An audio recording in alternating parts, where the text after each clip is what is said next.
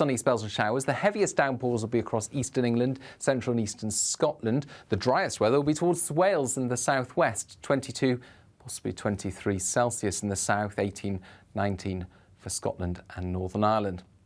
Fast forward to Thursday, and it's a bright start for many, a cool start to the day. But quite quickly we'll see the cloud build and we'll see showers developing once again. This time the heaviest downpours will be across central areas. A good chance of avoiding showers in some places and staying dry. Fewer showers on Friday before wetter weather arrives for the weekend. That warm feeling inside. From Boxed Boilers. Proud sponsors of weather on GB News.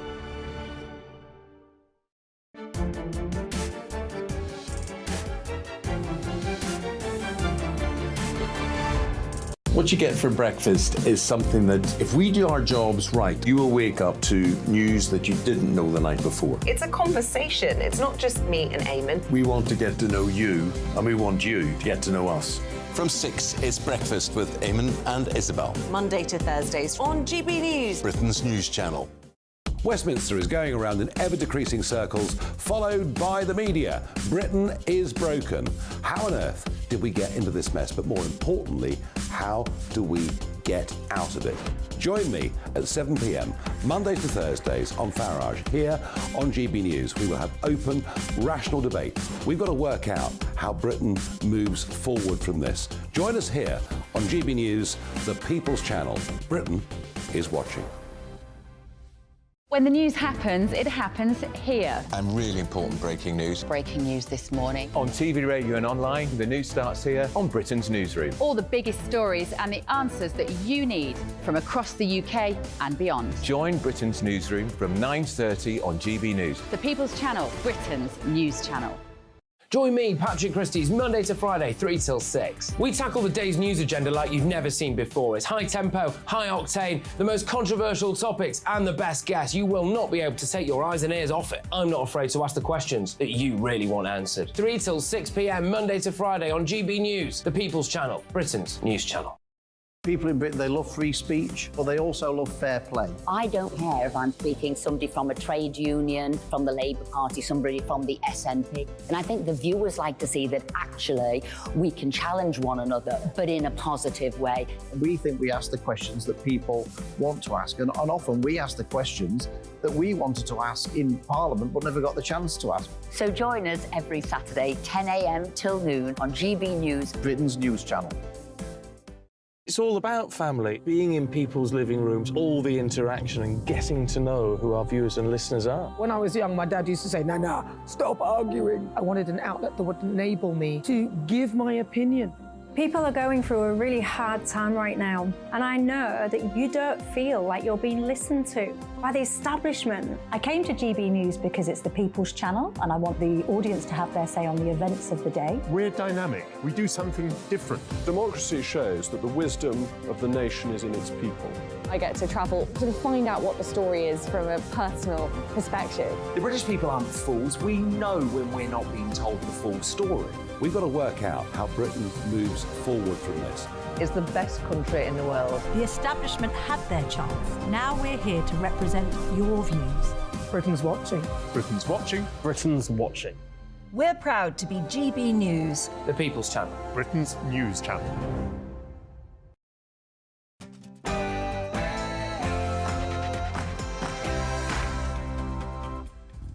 No spin, no bias, no censorship. I'm Dan Wootton. Tonight, the BBC faces a review into the licence fee as ministers brand its anti-democratic funding model unsustainable. Hallelujah. So I'll explain why if Sunak wants to salvage his troubled legacy, he must start by turning the Beeb into a subscription service.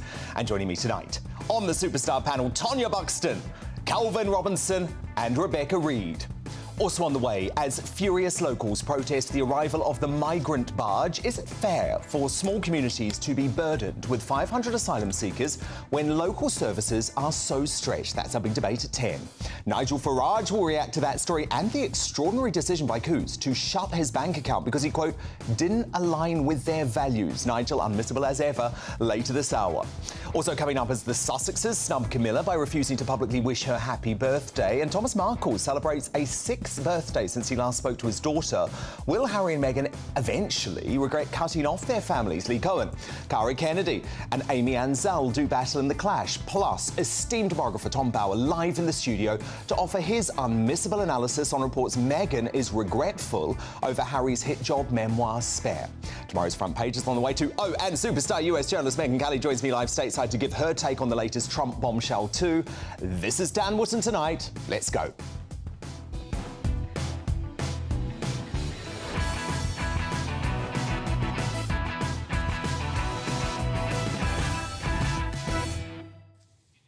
This is GB News, Britain's news channel. I'm Dan Wootton. And as a journalist, I feel uncomfortable being the story. But I've always promised you that this show has no spin and no bias and no censorship. So I owe it to you to address this. As you probably don't know, hopefully you don't know, because you're not insane enough to pay attention to the cesspit of social media. These past few days, I have been the target of a smear campaign by nefarious players with an axe to grind. Notably, by an ex-partner who I was, and this is something I've never spoken about and it's very difficult to talk about publicly, but who I was previously abused by, and who has been on a campaign to destroy my life. In the past, he has written to me confessing to being a, quote, psychopath, and I saw this firsthand when he threatened in writing to, quote, slit my throat, many years after we had broken up. I have been forced to report his behaviour and threats to police. They are now investigating. He has created an untrue story about me and appears to have been working with an organisation who are intent on closing down this channel, whose reporters include a convicted phone hacker. The Guardian has also reported it tonight. What a surprise. Other unspeakable slurs have been made by a convicted extortionist I have never even met, who has a long history of blackmailing gay men and was sent to jail for a number of years by a judge who said his behaviour was, quote, compulsive and provided a high risk to the public. I, like all fallible human beings, have made errors of judgment in the past, but the criminal allegations being made against me are simply untrue. I would like nothing more than to address those spurious claims. I could actually spend the next 2 hours doing so, but on the advice of my lawyers, I cannot comment further. But I have been thinking much over the past few days about the current state of social media, where any allegation can be made in an attempt to get someone cancelled, but it is impossible to defend yourself against thousands of trolls. That said, I am coming on air tonight with a lot of humility too. I think being in the middle of this witch hunt has made me think a lot about the sort of journalist and broadcaster I aspire to be. One focused on the massive political threats facing this country, not on personal attacks. I mean, who doesn't have regrets? Should I be cancelled for them many years later? Or do you accept that I have learned and changed? The last few years, I've grown professionally and personally, and I've also found the meaning of true love after that truly toxic relationship with my ex that hurt me and damaged me. I've found happiness in my personal life with my wonderful boyfriend who is here tonight, my friends and family and my world. The toll that this has taken on their mental health, well, I mean, that is literally killing me to watch. There is a reason why I have, since day one on this show, had a segment called Uncancelled. Because our rush to judge before due process, thanks in my case to the mad ramblings of highly politicised Twitter trolls and revolting blogs that eschew basic journalistic standards, is destroying democracy. And that's why, by the way, I didn't say a word about Hugh Edwards. Not one word. No tweet was deleted by me, despite the misinformation and lies perpetuated by Carol Vorderman. I didn't know the facts, and I wasn't going to weigh in until I did. I do also note that there are dark forces out, to try and take this brilliant channel down. Whether it's Nigel's bank account, which we're going to hear about from him soon, Patrick's Twitter, Jacob and Lee's ability to speak out, Calvin, who is also here tonight, his right to have religious views, or Lawrence speaking out against the entertainment establishment. We have all found ourselves under attack. And that's because GB News is the biggest threat to the establishment in decades. And they'll stop at nothing to destroy us. But we will keep fighting for you because we are a family here.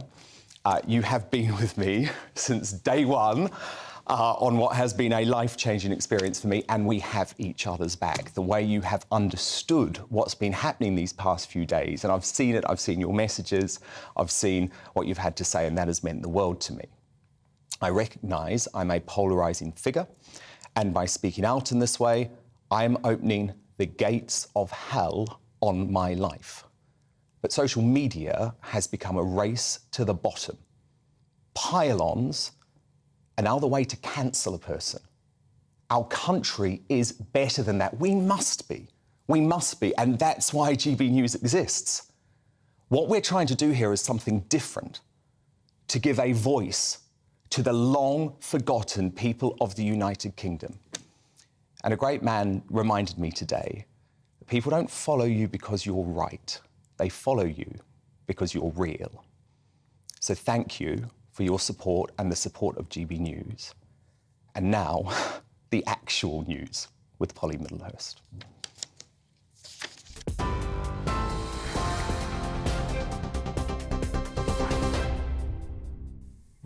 Dan, thank you. Good evening. The top story on GB News tonight.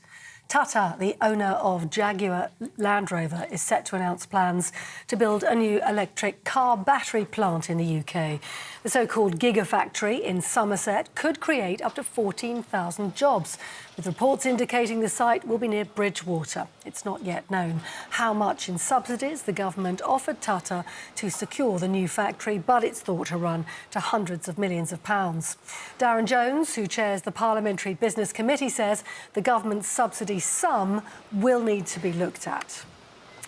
Well, also in the news today, the BBC's acting chairwoman has told a parliamentary committee today that there was huge pressure on the corporation to name Hugh Edwards as the presenter caught up in recent controversy. The House of Lords Committee also asked the BBC Director General Tim Davie why the organisation didn't take allegations against its most highly paid news presenter more seriously and much sooner.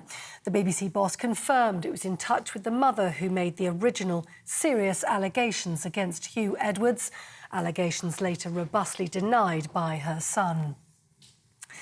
GB News understands 450 migrants have crossed the English Channel in 9 small boats today. The news comes as the first group of asylum seekers will be moved next week to a barge currently docked in Portland in Dorset. The Bibby Stockholm, as it's known, will be used to accommodate single male asylum seekers as part of the government's plans to reduce the cost of migrant hotels, which currently stands at over £6 million a day. The Home Secretary says the risk of a terror attack in the UK is on the rise. Speaking in Westminster earlier on today, Suella Braverman identified Islamist terrorism as the primary UK domestic threat. Ms Braverman also confirmed Northern Ireland-related terrorism remained a significant threat, with some dissident groups continuing to plan attacks.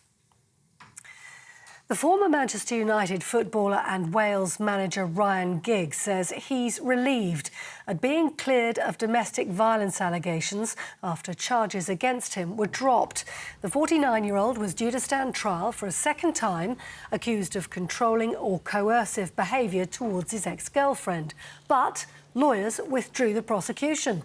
Judge Hilary Manley directed that he was not guilty on all 3 counts. Ryan Giggs had denied the offences, and his previous trial ended last August, with the jury failing to reach a verdict. And lastly, the first British passports bearing the title of King Charles III will start being issued this week.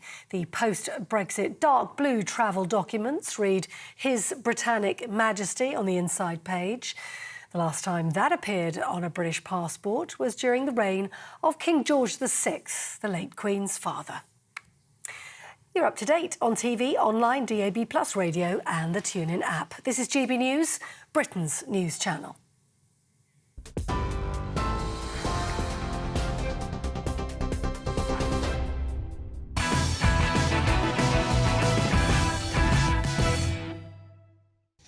So the Conservative Party is staring down the barrel of a triple by-election bloodbath, and without bold initiatives, similar results at the polls next year seem sadly inevitable. Sunak looks defeated, fresh out of ideas and consigned to managed decline of his party. But if they really don't have the fight to keep a socialist coalition from hell, you know, that's what I call it, out of number 10, then there is one monumental thing that the PM and his party must tackle before it's too late. Scrap the most despicable poll tax ever, the BBC licence fee. The good news is ministers are expected to formally announce a review of its funding model in the autumn, which will consider alternatives including a subscription, broadband levy, increased commercial activity and advertising. A government source told The Times the evidence that there is a growing unwillingness to pay is shown by figures each year. The licence fee model is becoming increasingly unsustainable. The BB's annual report published last week showed the number of Brits choosing to pay for the licence fee plummeted by 500,000 to 24.3 million. The broadcaster blamed an increasingly competitive media landscape that led to increased financial pressure. But who can blame folk for switching off? I don't want to pay a penny to help support an organisation that has become increasingly institutionally biased over the past 5 years. They completely missed the majority support for Brexit and then spent years doing all they could to undermine the result of the biggest democratic mandate in British history. Then it happened all over again, with the Boris Tories' demolition of Labour's Red Wall when they were unrealistically trying to say that Boris wasn't going to be PM, Corbyn would be. And over the pandemic, the BB's fair porn coverage was nothing short of a disgrace. The corporation's credibility has been shot and we won't forget it. I've always said a subscription model would allow them to charge whatever they want and test if there really is a demand for what they provide. It would also make the BBC accountable to the people, rather than the quinoa quaffing champagne socialists and London's liberal media elite who currently make all the decisions. So if Sunak wants to salvage his currently troubled legacy, he must start by scrapping the British bashing corporation's undemocratic licence fee. And to respond now, tonight's superstar panel. Top broadcaster Tonya Buxton, GB News presenter and commentator the Reverend Calvin Robinson, and the author and journalist Rebecca Reid. So, Calvin, look, you were a long-time member of the organisation Defund the BBC. At that point, you might have said, Calvin, it was a bit of a niche interest, but times have changed, and surely this is the moment. This is the moment for the government. Do it. We saw momentum building for a long time for several reasons, but the first and most obvious is the bias. People are sick and tired of being lectured to. Even if you're watching drama, entertainment, it doesn't matter what the genre is, it feels like the script writers are putting lessons in there for the audience to educate them up to their level. And people are sick and tired, so they're tuning out, they're turning over, and they're putting GB News on. But this is the time for the government to act before it's too late. If the government, if the Conservatives don't do anything about it, nobody else will. Because the thing is, Tonya, you've got Sunak sitting there. He can propose this by 2027. Mate, you don't have the time. Do it. Show some urgency. And actually, you'll then get the public on your side. Absolutely. Get it done now. A subscription is what's needed. People have that choice. Charge whatever you like. It'll be hilarious to see, because they will just have to hemorrhage the people that they've got. They've got all these people working there that don't need to be working there. And what Calvin said was absolutely true. I always know who's going to be the baddie. Shall I tell you who it normally is? Yes. The white guy.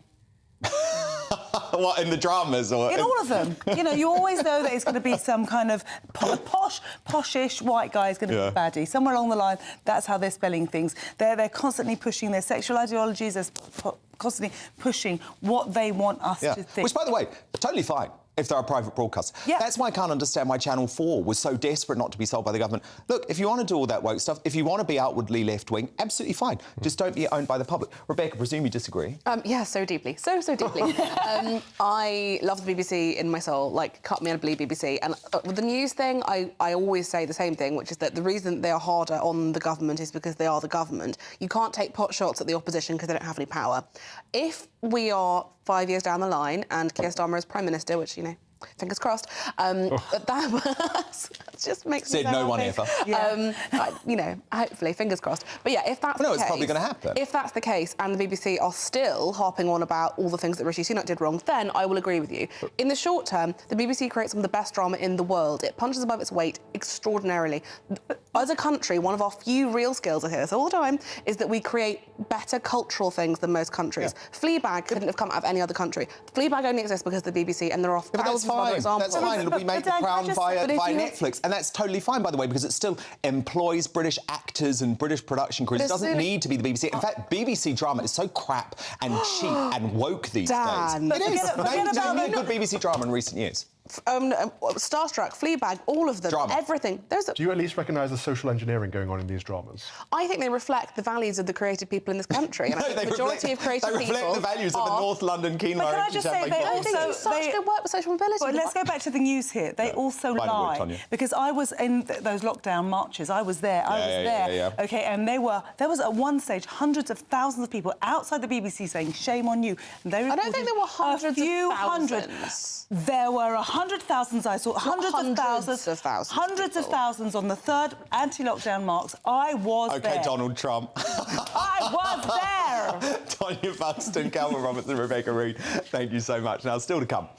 Love Donald Trump, by the way. So does Nigel Farage, who has tonight revealed bombshell revelations on his banking scandal, including damning evidence that Coots cancelled his accounts for engineering Brexit, being friends with Trump and questioning vaccines. His chilling dossier revealed shortly, but next in the clash, after Harry and Meghan failed to acknowledge the Queen's birthday and remain silent as Thomas Markle celebrates his 6th big day since last speaking to his daughter, will the Sussexes come to regret cutting off their family's transatlantic expert Lee Cohen?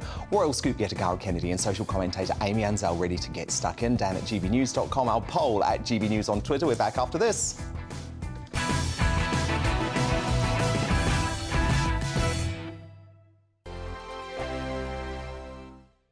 What you get for breakfast is something that, if we do our jobs right, you will wake up to news that you didn't know the night before. It's a conversation. It's not just me and Eamon. We want to get to know you, and we want you to get to know us. From 6, it's Breakfast with Eamon and Isabel. Monday to Thursdays on GB News. Britain's news channel. Westminster is going around in ever-decreasing circles, followed by the media. Britain is broken. How on earth did we get into this mess? But more importantly, how do we get out of it? Join me at 7 p.m, Mondays to Thursdays on Farage, here on GB News. We will have open, rational debate. We've got to work out how Britain moves forward from this. Join us here on GB News, the People's Channel. Britain is watching. When the news happens, it happens here. And really important breaking news. Breaking news this morning. On TV, radio and online, the news starts here on Britain's newsroom. All the biggest stories and the answers that you need from across the UK and beyond. Join Britain's newsroom from 9:30 on GB News. The People's Channel, Britain's news channel. Join me, Patrick Christie's Monday to Friday, 3 till 6. We tackle the day's news agenda like you've never seen before. It's high tempo, high octane, the most controversial topics and the best guests. You will not be able to take your eyes and ears off it. I'm not afraid to ask the questions that you really want answered. 3 till 6 p.m, Monday to Friday on GB News, the People's Channel, Britain's news channel. People in Britain, they love free speech, but they also love fair play. I don't care if I'm speaking somebody from a trade union, from the Labour Party, somebody from the SNP. And I think the viewers like to see that actually we can challenge one another, but in a positive way. We think we ask the questions that people want to ask, and often we ask the questions that we wanted to ask in Parliament but never got the chance to ask. So join us every Saturday, 10 a.m. till noon on GB News, Britain's news channel. Hi, I'm Dan Wootton. You can watch me live on GB News Monday to Thursday from 9 p.m. And did you know that you can also watch and listen live on our website, gbnews.com. You'll always be up to date on the latest breaking news, as well as enjoying the best stories, opinions and shows. You can even join the debate under our live player as you're watching. So head straight to gbnews.com on TV, radio and online. GB News, Britain's news channel. It's all about family, being in people's living rooms, all the interaction and getting to know who our viewers and listeners are. When I was young, my dad used to say, no, stop arguing. I wanted an outlet that would enable me to give my opinion. People are going through a really hard time right now, and I know that you don't feel like you're being listened to by the establishment. I came to GB News because it's the People's Channel, and I want the audience to have their say on the events of the day. We're dynamic. We do something different. Democracy shows that the wisdom of the nation is in its people. I get to travel to find out what the story is from a personal perspective. The British people aren't fools. We know when we're not being told the full story. We've got to work out how Britain moves forward from this. It's the best country in the world. The establishment had their chance. Now we're here to represent your views. Britain's watching. Britain's watching. Britain's watching. We're proud to be GB News. The People's Channel. Britain's news channel.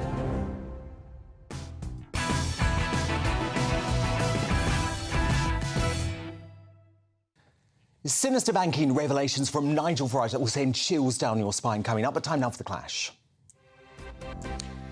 And Queen Camilla was treated to a 41-gun salute on her first birthday since the coronation yesterday, but not all her family were as keen to mark the big occasion. Notably absent from acknowledging her big day were runaway royals Harry and Meghan, who failed to announce even a courteous birthday wish. Let's not forget, of course, that Harry viciously called Camilla his wicked stepmother in his disgraceful tell-all memoir, Spare. The Sussexes, meanwhile, also gave the silent treatment to Meghan's dad, Thomas, who celebrated a 6th birthday today since he last spoke to his estranged daughter. So what do you think? Will Harry and Meghan regret cutting off their families? Down at gbnews.com. Vote in our poll at GB News on Twitter. But to duke it out now, former congressional staffer, an expert in transatlantic affairs, Lee Cohen, royal scoop-getter at The Spectator, Kari Kennedy, and the social commentator, Amy Ansell. So, Kari Kennedy, this is a mistake, isn't it? At the very least, you should acknowledge your family birthdays. Yeah, Dan, I do think it's rude, and I do think that it's particularly rude because the royal family always go out of their way to celebrate not only Meghan and Harry's birthdays and different things like that, but also the kids, Lilibet and Archie. But I'm definitely not surprised about this. I mean, you just mentioned Spare when he called her the wicked stepmother, but not only that, throughout in the entire book, I personally think that she was the person that came out the worst. He called her dangerous, said that she was willing to trade information about him, and even said that she was willing to sacrifice him on her personal PR altar on the way for her to become queen. So I'm definitely not surprised about this, but it doesn't look good. No, indeed. Lee Cohen, is the American reaction actually now turning against Harry and Meghan, though? Because the thing is, most Yanks actually love the royal family and they think it's important to recognise the Queen at moments like this. Well, I think it's been turning for some time. And I think, Dan, that they really had a triple whammy because clearly after Spare, people on this side of the Atlantic don't like dismissing your family and criticizing your one's family any more than on your side of the Atlantic. The British public are known for its deep-rooted affinity for tradition and its beloved monarchy, and we Americans find the Sussexes' appalling behavior just as repellent as our British cousins. Amy Ansell, this was bad form, wasn't it? Surely even as a, what do you call yourselves, a member of the Sussex squad? Oh, I know a lot about them lately. Surely even as a member of the Sussex squad, you think this is a bit crass? Well, Dan, we don't know for sure if they didn't wish Queen Camilla a happy birthday. They removed themselves from social media over 3 years ago now. So even if they were to wish her a happy birthday publicly, that would have been done on social media most likely. But as you know, better than ever now, how vile social media can be, unfortunately. And it's completely understandable that they took themselves off 3 years ago. So there might have been a phone call. There might have been an email. We just don't know. Okay. We don't know what went on behind closed doors. So it's Kari Kennedy. Oh, yeah, Lee, you come in, Lee. I think that's rubbish because everything that Meghan Markle and Harry do is planned out, and all messages, and they do everything for a reason. So if they didn't wish Camilla, the Queen, a happy birthday, it was deliberate. It wasn't because it simply didn't come out on social media. But how would they have done it? And then, therefore, how would we have known that they wished? Well, they've got a Camilla website. You can release a statement. Cara Kennedy, can you just update us, though, on what the situation is in terms of the personal contact at the moment between the Sussexes and the royal family? Because from what I'm hearing from my sources, there's virtually no contact, and certainly no contact between Harry and Camilla, or Meghan and Camilla. Yeah, no, that's definitely what I've been hearing too, especially with Harry and his friends, his kind of closest friendship group that he obviously grew up with, and they were kind of a band of brothers. I know that there's certainly no contact with them at all now, and the royal family as well. But I don't know if you've heard the same, but I've heard reports of Meghan and Harry taking some time apart from each other. They came out today, I think, in the American media. So I think now do you think that's true? Been official reports of kind of, they didn't use the word separation, but taking time apart from each other. We'll start to see how these failed relationships will really affect them, because right now they need friends and they don't have any. Amy, do you think that's true, Amy? Well, we don't know for sure if they don't have any. I mean, obviously they have Doria there in LA, in the US, supporting them. And obviously we know how close they both are to her. And we don't really know about their close circle of friends in the US. So they probably keep them quite close to them. We don't know much about them, but we know the expression blood is thicker than water. It's actually the blood of the convent is thicker than water of the womb. So ultimately, if they have very strong friendships in LA, obviously, that is, I think, replacing the family bonds of their UK relatives. Fair enough. But you know what? You cannot replace family, ever. Amy Ansell, Cara Kennedy, Lee Cohen, thank you all so much. But who do you agree with on this? Will Harry and Meghan eventually regret cutting off their families? Elaine writes, even if you don't get on with family, it's family. Who knows when you need them in the future? Be magnanimous. From Susan, they'll probably regret it, although not out of a bad conscience, but out of regret for the consequences to them. And Joe, via the email, they might not realise it now, but everyone comes to regret losing their family. Life is short, and your verdict is now in. 72% of you agree that Harry and Meghan will eventually regret cutting off their families. 28% of you think they won't. Coming up, more Royal Truth Bums, actually, from esteemed author Tom Bauer and Uncancelled. But now, it's the weather. The temperature's rising. Boxed Solar, proud sponsors of weather on GBNews. Hi there, it's Aidan McGivern here from the Met Office with the GBNews forecast. It's been a damp day once again across many central areas. The rain, though, does ease overnight with clear spells emerging, but there will be further showers arriving on Wednesday. We've had a feature move through during Tuesday. That's pulling away into the North Sea at the moment and taking its rain with it, although it will take a while for eastern parts of the UK to be clear of rain and showers. Elsewhere, a lot of cloud remaining, but the clearest skies will be across Scotland and Northern Ireland, albeit with a few showers into the northwest, and temperatures where we get the clear skies dipping into the low double figures, mid to high single figures. A milder night to come, though, in the south, 15 or 16 Celsius as we wake up on Wednesday. And still a lot of cloud around for eastern and central England, East Wales, and some showers. But more widely into the afternoon, we're going to see a mix of sunny spells and showers. The heaviest downpours will be across eastern England, central and eastern Scotland. The driest weather will be towards Wales and the southwest, 22, possibly 23 Celsius in the south, 18, 19 for Scotland and Northern Ireland. Fast forward to Thursday, and it's a bright start for many, a cool start to the day. But quite quickly we'll see the cloud build and we'll see showers developing once again. This time the heaviest downpours will be across central areas. A good chance of avoiding showers in some places and staying dry. Fewer showers on Friday before wetter weather arrives for the weekend. The temperature's rising. Boxed Solar, proud sponsors of weather on GBNews.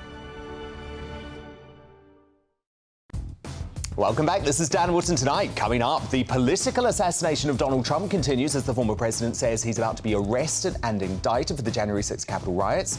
US media superstar Megyn Kelly weighs in from across the Atlantic shortly. But first, Nigel Farage has sensationally proven that his former bank Coutts cancelled his accounts for wrongthink and colluded with the BBC to lie about it. He's got an explosive dossier of evidence that should concern even his bestest critics, really. So Farage is going to reveal all next.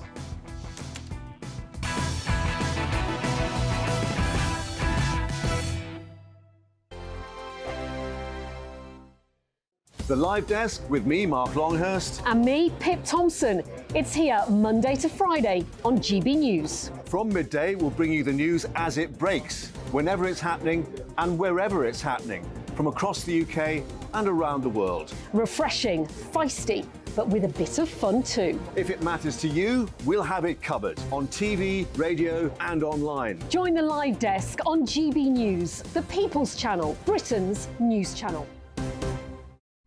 Weeknights on GB News from 6 p.m. You'll always get drama. Please stop, Michelle. I know, yeah. Please stop. Should I just shut up? Romance. You like me, I like you. There you go. There you are. Well, don't tell anybody. Adventure. Etc. That's the whole point. But boom. And action. Sergeant read my superstar panel. They're already at it. They're fighting. It's going to be quite a show. Only on GB News, the People's Channel, Britain's news channel. So Jubes and Kerr, we tackle the issues of the day with real robust debate, both sides of the fence, battling it out with me in the middle with my forthright opinions and views, and often really interesting things happen because you start with a position and then by the end of the debate you find actually, well, I might not have thought about that one. What we need in this country is 2 new political parties. You should maybe think about doing a 2024 calendar. I'm Michelle Dewberry and I'm keeping you company right through until 7 o'clock this evening. GB News, the People's Channel, Britain's watching. Monday to Thursday, 9 p.m. till 11 p.m. Join me, Dan Wootton. I'll bring you the sharpest takes and hottest debates. Do you not believe in prison? I don't believe in prisons. I'm completely stunned. I guarantee you there'll be no spin, no bias, no censorship. I actually was personally quite offended by it. And no reason to go to bed. So I guess they've always been quite woke. That's Dan Wootton tonight on TV, radio and online. Monday to Thursday from 9 p.m. till 11 p.m. on GB News. The People's Channel, Britain's news channel. In a world of dull and predictable radio and TV shows. Oh, hi. On Mark Dolan tonight, we've got big guests. We drill into the big stories of the day. The show adds up to a brilliant listening and viewing experience. Mark Dolan Tonight is the most entertaining current affairs show ever, and that's a fact. That's Mark Dolan Tonight, Friday, Saturday and Sunday from 9. Only on GB News, Britain's news channel. Like all families, we have arguments every now and then, but actually we agree on what the mission of GB News is, and that's the most fundamentally important thing. GB News provides the kind of platform that lets all voices be heard. We don't hold back. We're free to say what we really think. Just because some people who live in a tiny little Westminster bubble think that their particular story is important, that's not the most important story for me. And often there will be difficult stories, stories that you won't find on the establishment media. Because what people think in the north of England may be very different to what they're thinking in the home counties. We're going to carry on telling the world what life is really like for households up and down the UK. We love to be in your car, in your kitchen as you're having your breakfast. Whatever you're doing, you are part of the show. If it matters to you, it matters to us. Britain's watching. Britain's watching. Britain's watching. We're proud to be GB News, the People's Channel, Britain's news channel.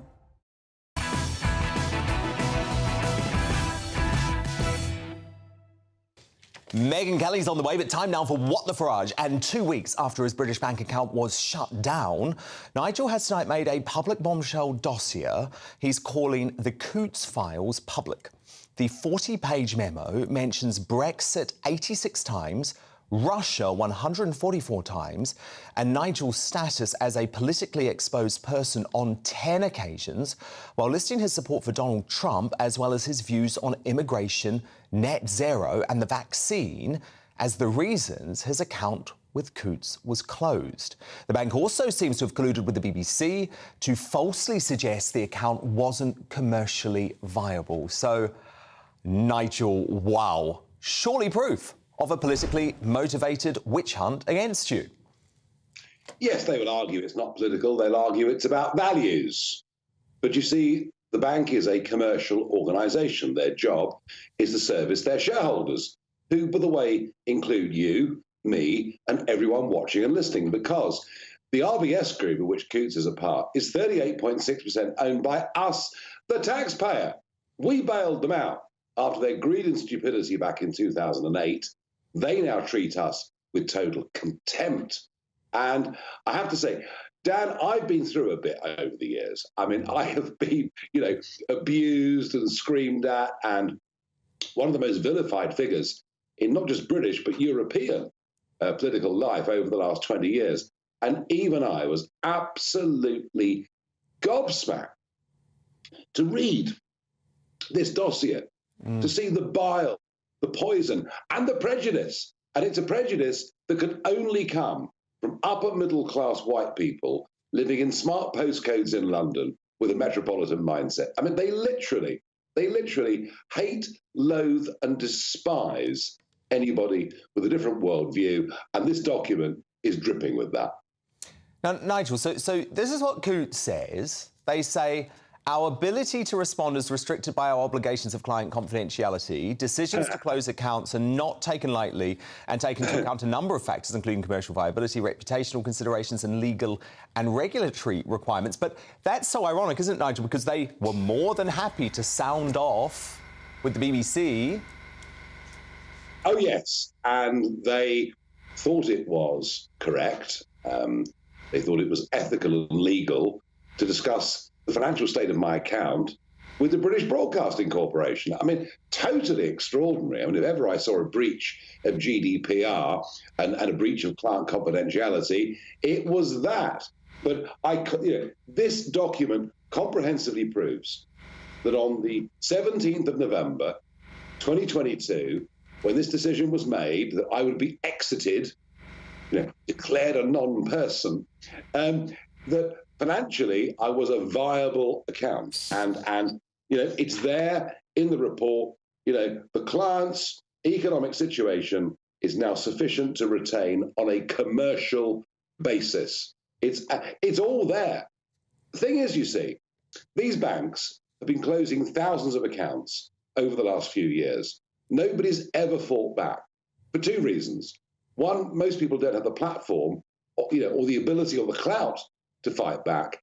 And two, whenever it's happened to public figures, they've thought it too embarrassing to reveal to the world what has happened to them. And of course, by my doing this, I damage my financial credibility for all time, because you have to fill in the form. Have you ever been refused a bank account?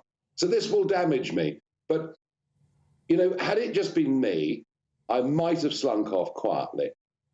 But as I've seen messages, letters, emails from thousands of businesses that are being closed down because they operate in the cash economy, I just thought, no, someone somewhere has got to make a stand. And I'm doing that. And, I think it's why the GB News Don't Kill Cash campaign is so important. If we don't arrest this, we'll finish up with a China-style social credit system where only those with acceptable views will be able to participate fully in society. Yep. And I'm going to fight that. But Nigel, this is happening all over the place, isn't it? Because you mentioned the Don't Cancel Cash campaign, a brilliant campaign by GB News, one of the most successful campaigns in the media in recent years.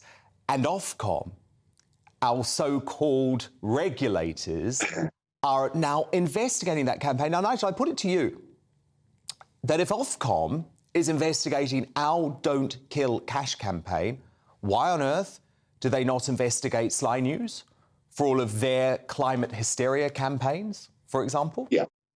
I mean, look, if Ofcom want to fight over the Don't Kill Cash campaign, then will somebody please hold my jacket? Because this is an entirely legitimate campaign. Channel 4 News campaigned for years on the fact that Aaron Banks and myself were funded by the Russians. And this document is full of it. Full of it. One of the main reasons for cancelling my account with Coutts is allegations that I've been financially linked to Russia. It is all utterly and entirely untrue. It is wrong. So why can other media organisations campaign on issues and not GB News? No, if they want to fight on this, I tell you what, we'll jolly well give them one.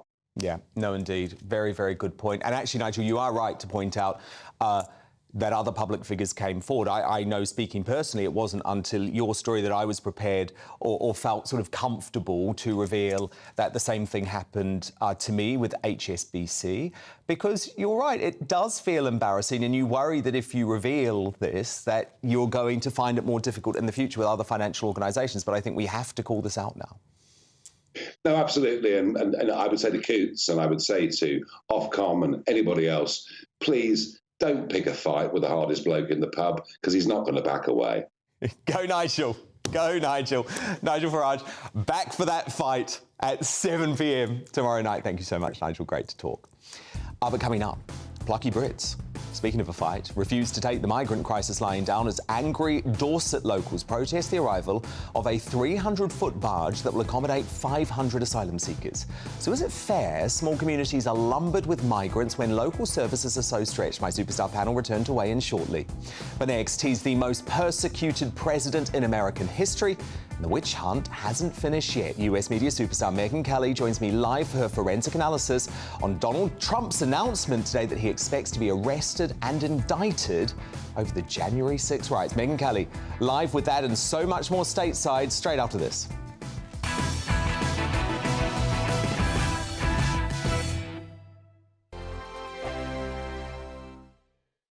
Monday to Thursday nights on GB News. At 6, it's Dubes & Co. 7 o'clock, Farage. At 8, join Jacob Rees-Mogg. And at 9, Dan Wootton Tonight, followed by headliners on TV, radio and online.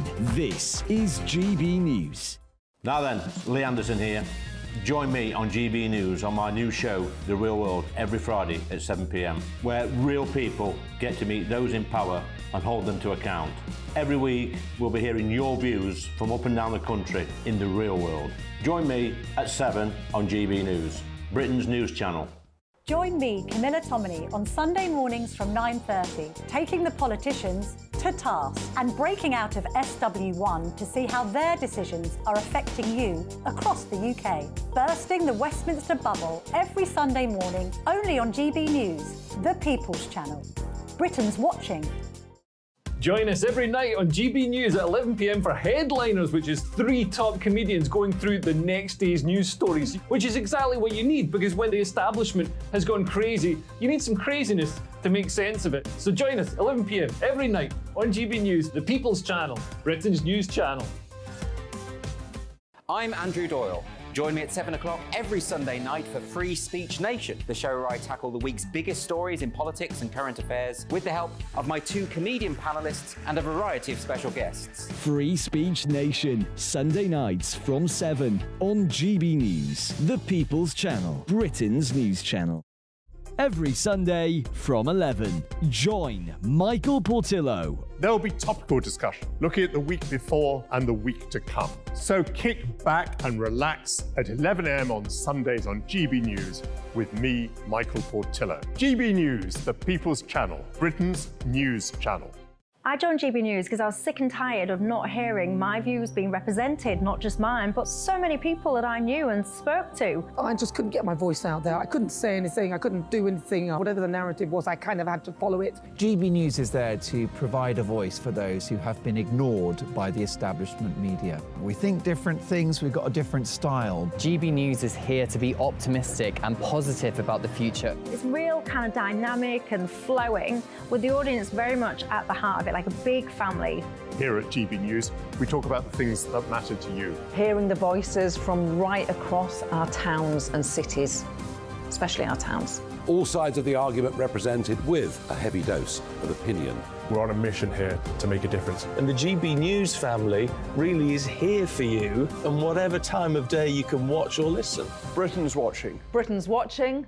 We're proud to be GB News, the People's Channel, Britain's news channel.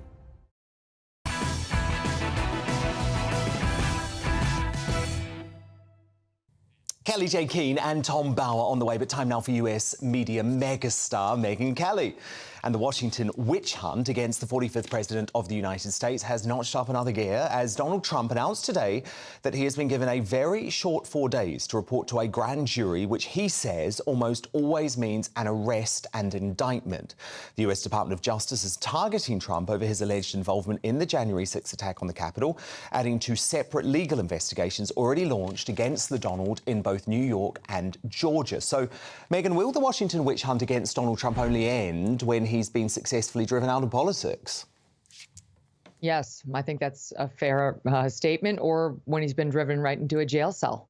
I mean, one of the things that's extraordinary about this potential Washington, D.C. indictment is that the defendants that they've been going after so far in connection with January 6th, they almost never get bail. As soon as they get arrested and indicted, they are locked up, and they remain locked up. Now, I can't imagine that Jack Smith would try that with the former president of the United States. But those who've been watching these cases closely say, don't bet that he will not. If they treat him anywhere near the way they've treated the others who have been indicted around January 6th, that's exactly what will happen to him. I mean, this is indictment number 3 for those of you playing at home, 3 of potentially 4, and there's no indication that Fannie Willis down in Atlanta, Georgia, is taking her foot off the gasoline at all. So we really genuinely could end up with 4 indictments against Joe Biden's chief political rival by the end of the summer. Now, politically, this helps Donald Trump, or at least it has so far. He was 15 points away from Ron DeSantis right before the first indictment came down in March. Now he's 30 points ahead of Ron DeSantis, according to most polls. So it's only helped him in his surge to become the GOP nominee. However, legally, he's in a lot of trouble, Dan. Legally, he's in some jeopardy here, and he actually could be convicted. I'll just give you my quick rundown of the 3 cases that, have been brought or are just about to be, according to Trump's post today. In New York, it's a very weak case, but it's going to be tried in front of a jury that likely hates him. In Florida, the documents case, it's a very strong case legally. It's unfair politically, but it's a very strong case legally, but it's likely to be charged in front of a jury that actually likes Donald Trump. So you take your pick. Which one would you prefer? I think I guess I'd rather have a jury that likes me, but that case in Florida could put him in jail for the rest of his life. So it's scary no matter what. And now you got this case on January 6th, which we haven't yet seen. So I hesitate to opine on the strength legally. If they're going to go after him for what he said the day of January 6th, it's going to fall apart because he has a First Amendment right to say what he said that day. And it was not legal incitement, as that term is used. Our First Amendment is too broad to criminalize what he said. But there's all sorts of other things that they look to be criminalizing in connection with his behavior, suggesting that he really tried to interfere with a congressional proceeding and otherwise, where it could get hairy. And if that's the case, Dan, that case gets tried in the worst possible jurisdiction for Donald Trump there is, and that is Washington, D.C., where it is going to be near impossible to find a jury that will treat him fairly. Other defendants tried in connection with Jan 6th in Washington have tried to move their trials. They have lost every single time. They've all been convicted. And so this one is genuinely scary for him from a legal perspective. Now, the man intending to run against the Republicans and potentially Donald Trump in next year's presidential election, perhaps best known for his comedy tumbles and apparently inability to remember quite where he is, what he's meant to be doing, despite being the supposed leader of the free world. Megan, you're no fan of Sleepy Biden, are you? But what are you hearing? Because can he really run again? Or is there a plan in place? Is Governor Newsom going to be swept in at the last minute? Well, there was a report this week from CNN that inside Democrats will tell you it's not going to be Joe Biden. Don't get too attached. And that only a few people who have been hired to work on his reelection campaign will dispute that, but that the Democrats are saying to their top candidates like Gavin Newsom, be ready, because they don't believe that Joe Biden will actually see this through and actually run as the nominee. So I don't know whether that's true. You look at him, you don't think he can possibly do it. You really don't. I mean, he's losing his mental faculties, his physical capabilities, and he's not even liked by his own party, most of whom would pray and every night on their knees for an alternate nominee if they thought they could get past the Democratic National Party. So I don't know. I wouldn't put strong money on it necessarily being Joe Biden, just given that his party doesn't want him. Though right now, there's stalking horses, there's no one else meaningfully challenging him. What's more interesting to me is as we get to know him a little bit better and as he now has to run in the public eye and not from a basement during COVID, the stories are starting to come out, Dan, about what an absolute jerk this guy is and has been. They've been out for a long time, but even the mainstream press is starting to run them now about how he bullies his staff. He screams at them. He drops the F-bomb toward them, at them, when yelling at them for being so incompetent. He tries to make them feel like chumps all around them. He won't acknowledge his 7th granddaughter, the daughter of his son, Hunter.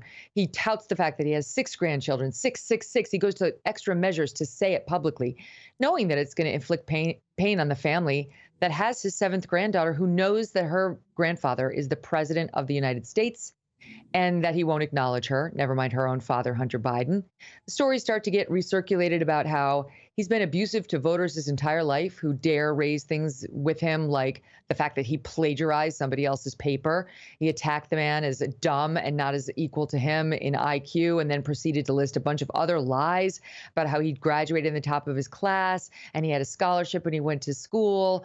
And I could go down the list, but lie after lie, which is what he did to get this role. I mean, now listen, I know a lot of politicians do it, but in his case, it doesn't match the avuncular image that the press has tried to spin. And as we get to know him better, thanks to these congressional House Republicans in particular, the mask is really coming off. Now, the US soccer star and woke warrior Megan Rapinoe, we know her, don't we, Megan? She made headlines recently when she announced she would welcome transgender athletes into women's sport, despite their inherent biological advantage over genuinely female rivals. Now, Megan, do you think Rapinoe's virtue signalling stance risks ruining sport for women? Yeah, it does. And she's against at least the public here on this. The overwhelming majority of Americans, I mean, the latest poll I saw put it at 92%. Recently, it had been in the high 60s. So I would like to see another poll mirroring the numbers, showed that it was up to 92% of Americans who are against biological boys competing against girls or men competing against women in women's sports, period. So she is way outside the mainstream on this, and she is absolutely despicable to take this position after she has left the team. She no longer has to do it. She doesn't have a daughter, but I do. She wants my daughter to compete against male athletes. And you know what? It's not safe. And I won't let Miss Blue, purple hair, whatever she is of the day, dictate my own daughter's safety, wellness, or fairness on the sporting field. In particular, after Megan Rapinoe has made her millions. She can sit back and cash her checks till the cows come home. She's not going to have to take the physical risks. My kid is. Your kid is. And so I have a strong objection to her weighing in on this at all. And if she's going to weigh in against the side of girls' safety, she can take a seat. Yeah, all well and good, isn't it, to say it at the top? And I think it's particularly selfish when it comes to team sports, Megan, as well, because there's an idea that, oh, it's OK, there's a few of us, it doesn't make a difference. And actually, that's completely not true, because do you remember when her own football team, the women's team, played a team of under 15 boys and in Dallas, I think it was Dallas FC, and yeah, they were totally crushed. They got crushed. And if she's so in favor of women playing against men, why didn't she ever try out for the men's team? Huh? If it's all the same, you know, the athletic abilities are the same and the safety's the same. Yeah, exactly. Why even have gendered sports? Well, exactly. Why have gendered sports, right? If what she's saying is true. Why not? Why aren't we seeing a bunch of women in the NBA or the NFL? What is it, Megan? Could there be an inherent unfairness that you refuse to acknowledge now that, again, you have made all the millions, you are out, you are safe? It's more important to you to virtue signal and be loved by your far left constituents than to get real about what's safe and fair for today's girls. Yeah, no, indeed. But this is a big battle, isn't it, Megan? Because you've got the woke folk in sport who do not give a damn. That is the problem. And at the moment, they're winning a lot of hearts and minds. So I think, actually, sport all around the world, all of these organisations around the world, they have to come together and fight this. But you are I want them out of our sports. I want them out of our locker rooms. I want them out of our bathrooms. I support transgender people in terms of their mental health issues and the pain that they must be going through, period. That's it. I don't have to make them feel better in my spaces. OK, Megyn Kelly, host of The Megyn Kelly Show. She's the Megyn that we love in America. You've got to find her on YouTube. Now, coming up, it's been 5 years since women's rights advocate Kelly J. Keane first spared her iconic adult human female T-shirt. But half a decade on, how does the leading campaigner against creeping trans ideology see the next 5 years going? She's live and unfiltered shortly. The next, plucky Brits in Dorset are voicing their fury at the arrival of a 300-foot barge that'll accommodate 500 small boat arrivals. So is it fair communities like theirs are lumbered with the consequences of the migrant crisis? My superstar panel do battle on that next. Plus, we're going to have a first look at tomorrow's newspaper front pages, hot off the press, and a brand new Greatest Britain and Union Jackass will be revealed. Huge hour ahead. Tom Bowers live as well. Don't go anywhere. The temperature's rising. Boxed Solar, proud sponsors of weather on GB News. Hi there, it's Aidan McGivern here from the Met Office with the GB News forecast. It's been a damp day once again across many central areas. The rain, though, does ease overnight with clear spells emerging, but there will be further showers arriving on Wednesday. We've had a feature move through during Tuesday. That's pulling away into the North Sea at the moment and taking its rain with it, although it will take a while for eastern parts of the UK to be clear of rain and showers. Elsewhere, a lot of cloud remaining, but the clearest skies will be across Scotland and Northern Ireland, albeit with a few showers into the northwest, and temperatures where we get the clear skies dipping into the low double figures, mid to high single figures.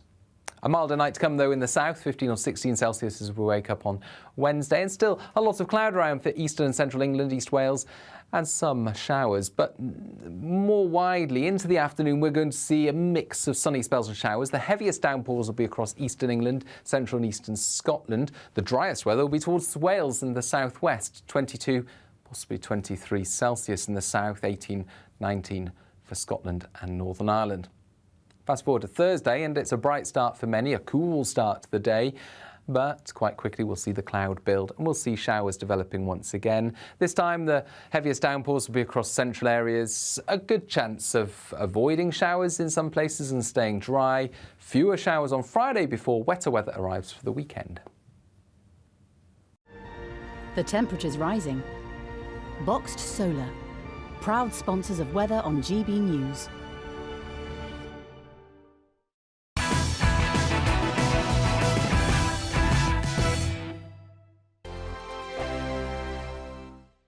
What you get for breakfast is something that, if we do our jobs right, you will wake up to news that you didn't know the night before. It's a conversation. It's not just me and Eamon. We want to get to know you, and we want you to get to know us. From 6, it's Breakfast with Eamon and Isabel. Monday to Thursdays on GB News, Britain's news channel. When the news happens, it happens here. And really important breaking news. Breaking news this morning. On TV, radio and online, the news starts here on Britain's Newsroom. All the biggest stories and the answers that you need from across the UK and beyond. Join Britain's Newsroom from 9:30 on GB News. The People's Channel, Britain's news channel. Join me, Patrick Christie's Monday to Friday, 3 till 6. We tackle the day's news agenda like you've never seen before. It's high tempo, high octane, the most controversial topics and the best guests. You will not be able to take your eyes and ears off it. I'm not afraid to ask the questions that you really want answered. 3 till 6 p.m. Monday to Friday on GB News, the People's Channel, Britain's news channel. Westminster is going around in ever-decreasing circles, followed by the media. Britain is broken. How on earth did we get into this mess? But more importantly, how do we get out of it? Join me at 7 p.m, Mondays to Thursdays on Farage. Here on GB News, we will have open, rational debate. We've got to work out how Britain moves forward from this. Join us here on GB News, the People's Channel. Britain is watching. People in Britain, they love free speech, but they also love fair play. I don't care if I'm speaking somebody from a trade union, from the Labour Party, somebody from the SNP. And I think the viewers like to see that actually we can challenge one another, but in a positive way. We think we ask the questions that people want to ask, and often we ask the questions that we wanted to ask in Parliament but never got the chance to ask. So join us every Saturday, 10 a.m. till noon on GB News, Britain's news channel.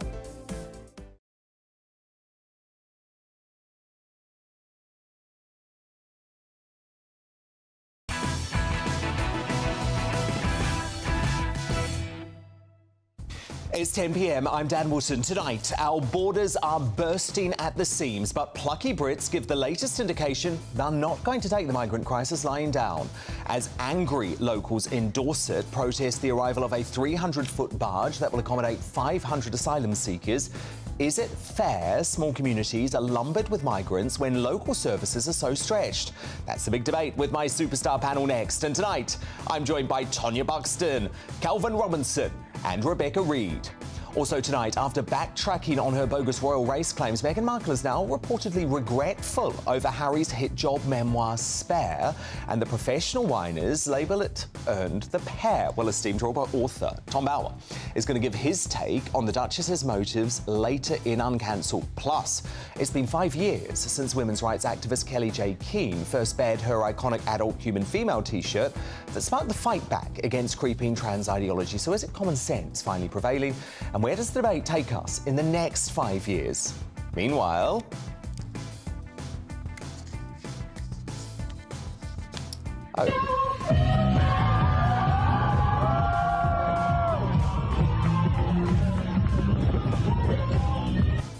That was a moment a star of the BBC's RuPaul Drag Race took an angle grinder to their crotch in front of kids at a theme park. Did the venue double down or apologise? I'll reveal all in the media buzz. And can you guess who's up for a gong in tonight's Greatest Britain and Union Jackass for saying Britain should be totally Islamic? Tomorrow's newspaper front page is hot off the press imminently too. But first, the news with Polly Middlehurst.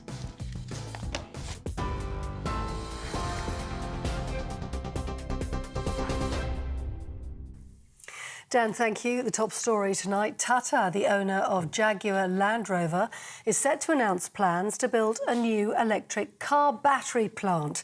The so-called Gigafactory in Somerset could create up to 14,000 jobs, with reports indicating the site will be near Bridgewater.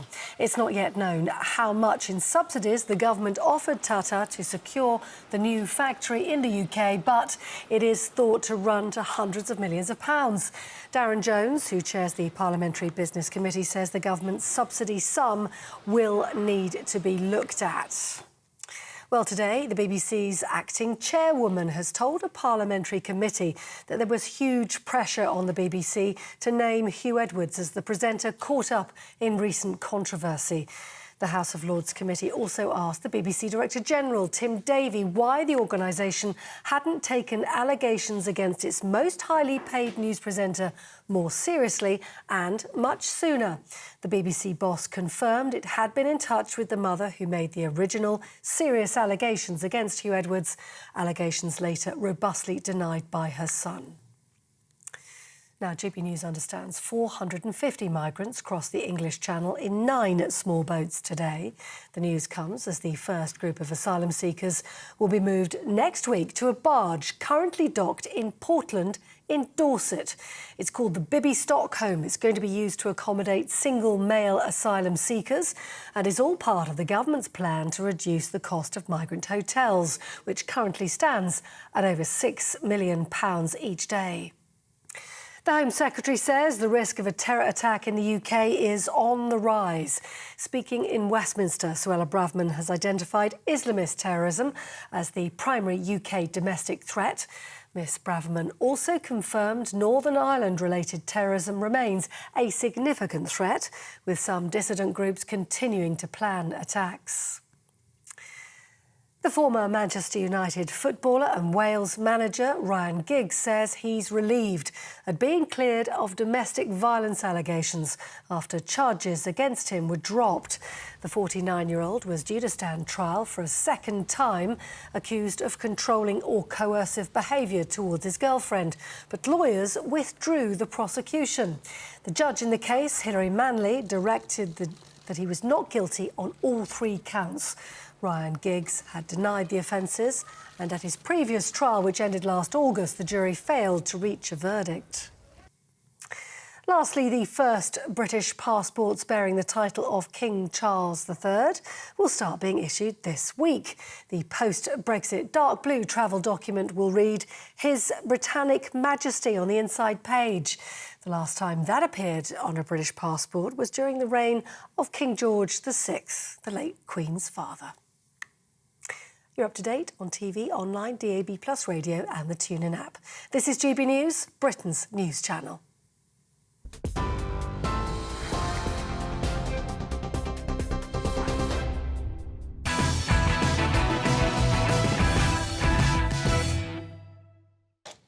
Tomorrow's news tonight in our Media Buzz first front pages are in.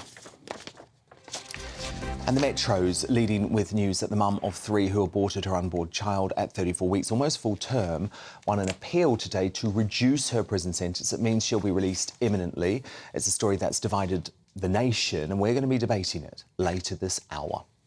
The Independent sparks another race row as the N-word is twice found in government papers prepared by British immigration officers. My superstar panel, back with me now, the broadcaster Tonya Buxton, the Reverend Calvin Robinson and the best-selling author Rebecca Reid.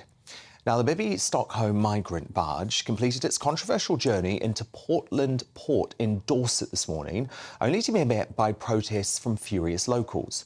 With the barge capable of housing over 500 young male migrants who will be granted the freedom to come and go whenever they please, distressed residents of the sleepy seaside town say their local services such as GPs are already at breaking point and simply won't be able to cope with the influx of new arrivals. So, Calvin, is it fair for these communities to be totally burdened, or do we have to accept that unfortunately at the moment we can't keep paying £7 million a day or more to put these people in hotels? It's not fair at all, and these people are going to be painted as NIMBYs because they don't want it in their own backyard, but none of us want it in our backyards. What should happen is these fighting-age men should be sent back. We should prioritise women and children if we're going to have a refugee scheme at all, and then if we're building on top of that, we should implement the Rwanda scheme, so we don't have to have people taking up residence in small towns or villages where the resources are already at breaking point. Tonya? Well, I don't understand why I thought the whole point of having this barge is that they're off the land. I don't see why they should be allowed to come and go. That should be part of penalty. You know, you come over on illegal in illegal ways, then you get put on this barge till they find out whether you're registered. We don't know who these people are. We don't know. And it's all these men that are coming over, some of them might be the most wonderful people in the world, I don't know, but some of them might be really bad people. We don't know who they are. They should be kept there. Well, of course, we have evidence. We can't talk about it because it's an ongoing case, but we have evidence of one of those recent illegal arrivals within weeks in the country allegedly raping a woman, Rebecca Reid. Yeah, I mean, I think my opinions have slightly changed as we've talked about it more and as I've learnt more about it. And while my instinct is always that if somebody is a genuine asylum seeker, I would always want to find a place for them, there's a middle ground between this weird scattergun thing the government are doing where it's like, we'll send them to Rwanda, we'll buy a boat. Like, it feels like just a weird meeting. Everyone came up with ideas and they just went, yeah, cool, fine, we'll do all of them. I think, realistically, Amanda said a couple of weeks ago, there's no reason you couldn't have a, ethical, well-run processing centre which is safe, where presumably you'd put infrastructure in place which would have its own doctors. And I think people should be treated really well. I don't like the idea that it would be nasty, and some of the behaviour like painting over murals so that it doesn't seem welcoming for children, that stuff I think is abhorrent. But I do increasingly think that in order to have a robust asylum system, you probably need to have a good, kind, clean, welcoming processing centre. That's why this would be absolutely fantastic, as long as they can stay on it. You take the doctors, anyone unwell, stay on it there. Everything has to be dealt with in a contained manner, and then those that need to be flown back to their country can be flown back. It's the kind of being given free mobile phones and have access to all the healthcare that's I don't have an issue with that at all. I just think... Why should they get mobile phones? So that they can talk to... I mean, if I was fleeing a war-torn country and I went somewhere and I wanted to feel safe... But they were living in camps in Calais, which are fairly ghastly. Rebecca, every single person that comes into this country could stay in France. The reason that we're coming here is because it is so easy to work in the black market. No. It's so easy to work in the black market in this country, to be shielded by Albanian gangs, and they are not fleeing anything other than France. I think some people are and some people aren't, and I think that Calais is a fairly unpleasant place to be based. And realistically, I say this a lot, if I were fleeing from here, I would probably want to go to somewhere that I had family, which would be Australia or New York. So therefore, I wouldn't just stop as soon as I got to Germany, where I don't speak the language and I don't know anyone. I'd want to get somewhere where I can rebuild my life. Rebecca, it's not a shopping list. You don't get to say, where would I prefer to be, which has the best system. And if you're genuinely fleeing a war-torn country, you set up in the first safe place, that's not what happened you build your life, in the Second World War. That's not what people But we do have to remember, we have to remember, Rebecca, believes in open borders. Now, look, in a statement this afternoon, the Home Office said the government is providing substantial funding to local services, including the police and NHS, to support and minimise the impact on the community, and there will be 24/7 security on the site. The site is designed to be self-sufficient in order to minimise the impact on the local community, with catering, recreational areas and basic healthcare provision on board. Even that, Serco is going to be making a killing from this. Indeed. Now, look, horrified parents have condemned a Pride-themed performance at a popular family theme park that saw a drag performer gyrate on stage and take an angle grinder to his crotch in front of kids. Watch this.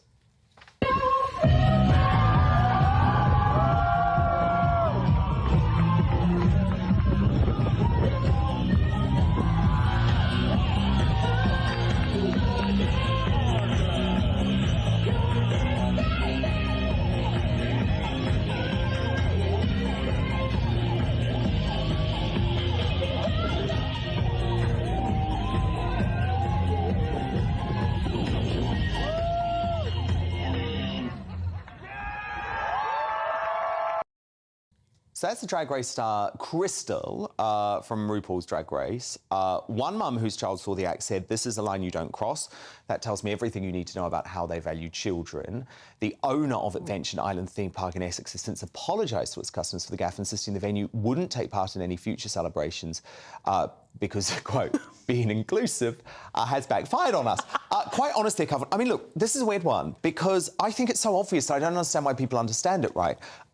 Drag is brilliant for adults, OK? It's like burlesque. Right. It's like burlesque. Who is going to take a 6-year-old to a Dita Von Teese performance? So this is nothing about I love Dita Von Teese. LGBT. No, it's not. This is just about adult what's entertainment. appropriate for children. I would choose not to go to a drag act. I think that guy there is a pervert. I would not choose to go and watch him. However, if adults want to, that's on them. But for him to do it in front of children is disgusting. And for the mothers to be encouraging it and for the fathers to stand by and let that happen, they are letting their children down. It's a disgrace.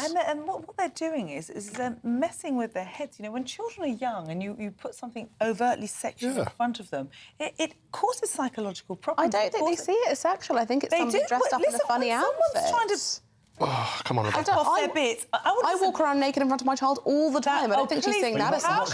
Sometimes I do a little dance when I'm getting ready to go out for the evening. How can you compare you as a mother walking naked in front of your child to a drag act? But also, So Rebecca, can I just clarify? Can I just clarify, Rebecca? Are you saying, because I want to take the LGBT angle out of it, are you saying you would take a 6-year-old child to go and watch Dita Von Teese? If it was during the day and we were somewhere that it was happening during the day, then yes, I would. Perversion is fine as long as it's during the day. Well, because there's nap time and there's bedtime. Oh, come on, Rebecca, this is just terrible. No, have you seen her act? Yeah, I have, Dita Von Teese, and I think she's amazing. I don't see any reason why I wouldn't. I would not take my 6-year-old sons to see that. In reality, my child is so young she wouldn't know what's going on, it's just glittery lights. And a 6-year-old would be bored by it. That's my major issue. They wouldn't find it interesting. You are completely wrong there. If you speak to psychologists and psychiatrists, they would be traumatised by it. It will sit into by a nice lady in a martini glass splashing around with a big glittery olive. That's fantastic performance theatre. It's a sexual thing. She's flipping off her clothes. She's doing I don't the tassels thing. I genuinely don't see any problem with it. I'd be very happy to. But why then do we have,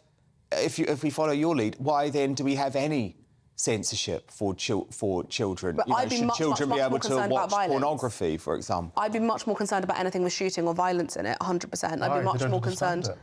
I suppose because like loud noises feel impactful, and if they're able to follow the narrative of somebody being dead, that feels upsetting, whereas somebody being naked is a nice thing. And I follow the kind of fairly Scandi European policy that I think naked bodies are not shameful or inherently bad. I think it's good to celebrate. But we're not talking about naked bodies. It's sexualisation. It's sexualising children, absolutely. I just inherently have seen a lot of burlesque that never feels kitschy and fun and playful and silly, but not inherently sexual. I don't think anybody is aroused. Have you been to lots of drag shows? I don't like drag. OK, but have you been? I've been to a couple. And do you concede that really at the centre of drag is sexual innuendo. I don't know if it's that. I find the prestige of womanhood a little bit troubling because I feel like it's almost mocking what it is to be hyper-feminine. So I like burlesque because I felt that belongs to women, whereas I feel like drag is an appropriation of sorts, and it's consistent with other kinds of appropriation, which I also find uncomfortable. But I don't think the drag is always inherently sexual. A pantomime dame is not inherently sexual. Mrs. Doubtfire is not inherently sexual. Why do people always conflate so it pantomime kind of depends dames what you're with drag? Drag is adult entertainment, it's sexualised content. Pantomime dames are a joke. But it's still a man dressed up as a woman with fake boobs dancing. The problem isn't a man dressing up as a woman. The problem is the sexualisation, the gyrating, the thrusting. So but very often in the pantomime dame will do a big dance. I've never seen one gyrating or thrusting or I've never seen nude, but absolutely there's a certain amount of gyrating and dancing. Mrs. Doubtfire does a lot of gyrating and dancing in Mrs. Doubtfire. Dancing. You see how you do I don't think anyone is talking about cross-dressing. I don't think anyone is talking about pantomime dames. I think it's about the level of sexual content in but these each parent gets to make a decision about what they think is appropriate for their child. But that's an inappropriate decision. I do think this is where the Liberal left can be very odd, because certainly a strip show or Butlers in the Buff or something like that, it just wouldn't be allowed in front of kids. I think that they are sacrificing their children's mental well-being in order to show some kind of political ideology. And that really offends me. It's genuinely not that. It's that I don't see how it could possibly be harmful. I just fundamentally don't think that. OK. Rebecca Reid, Calvin Robinson, Tonya Buxton, great debate. Stand by, because coming up, it was the story that divided a nation. The woman who aborted her baby at 34 weeks, almost full term, will soon be released from prison after winning an appeal to have her sentence reduced. So was it the right decision? We'll debate that shortly. But next, after backtracking over bogus royal family race claims in the infamous Oprah interview, Meghan Markle is now reportedly trying to distance herself from Prince Harry's wrecking ball memoir Spare that threw his and her family under the bus. Esteemed royal biographer Tom Bower, live on all that next.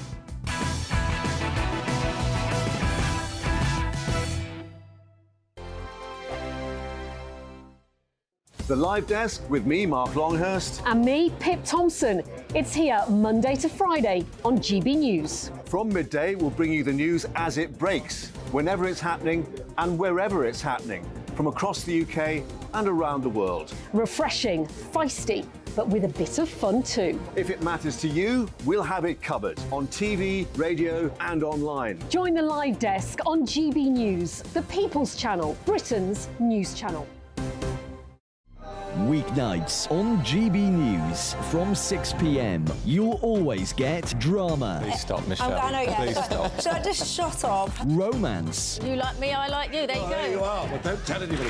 Adventure. Etc. That's the whole point. But and action. Sergeant Rebecca Reid, my superstar panel, they're already at it. They're fighting. It's going to be quite a show. Only on GB News, the People's Channel, Britain's news channel. So Jubes and Kerr, we tackle the issues of the day with real robust debate, both sides of the fence, battling it out with me in the middle with my forthright opinions and views, and often really interesting things happen because you start with a position and then by the end of the debate you find actually, well, I might not have thought about that one. What we need in this country is 2 new political parties. you should maybe think about doing a 2024 calendar.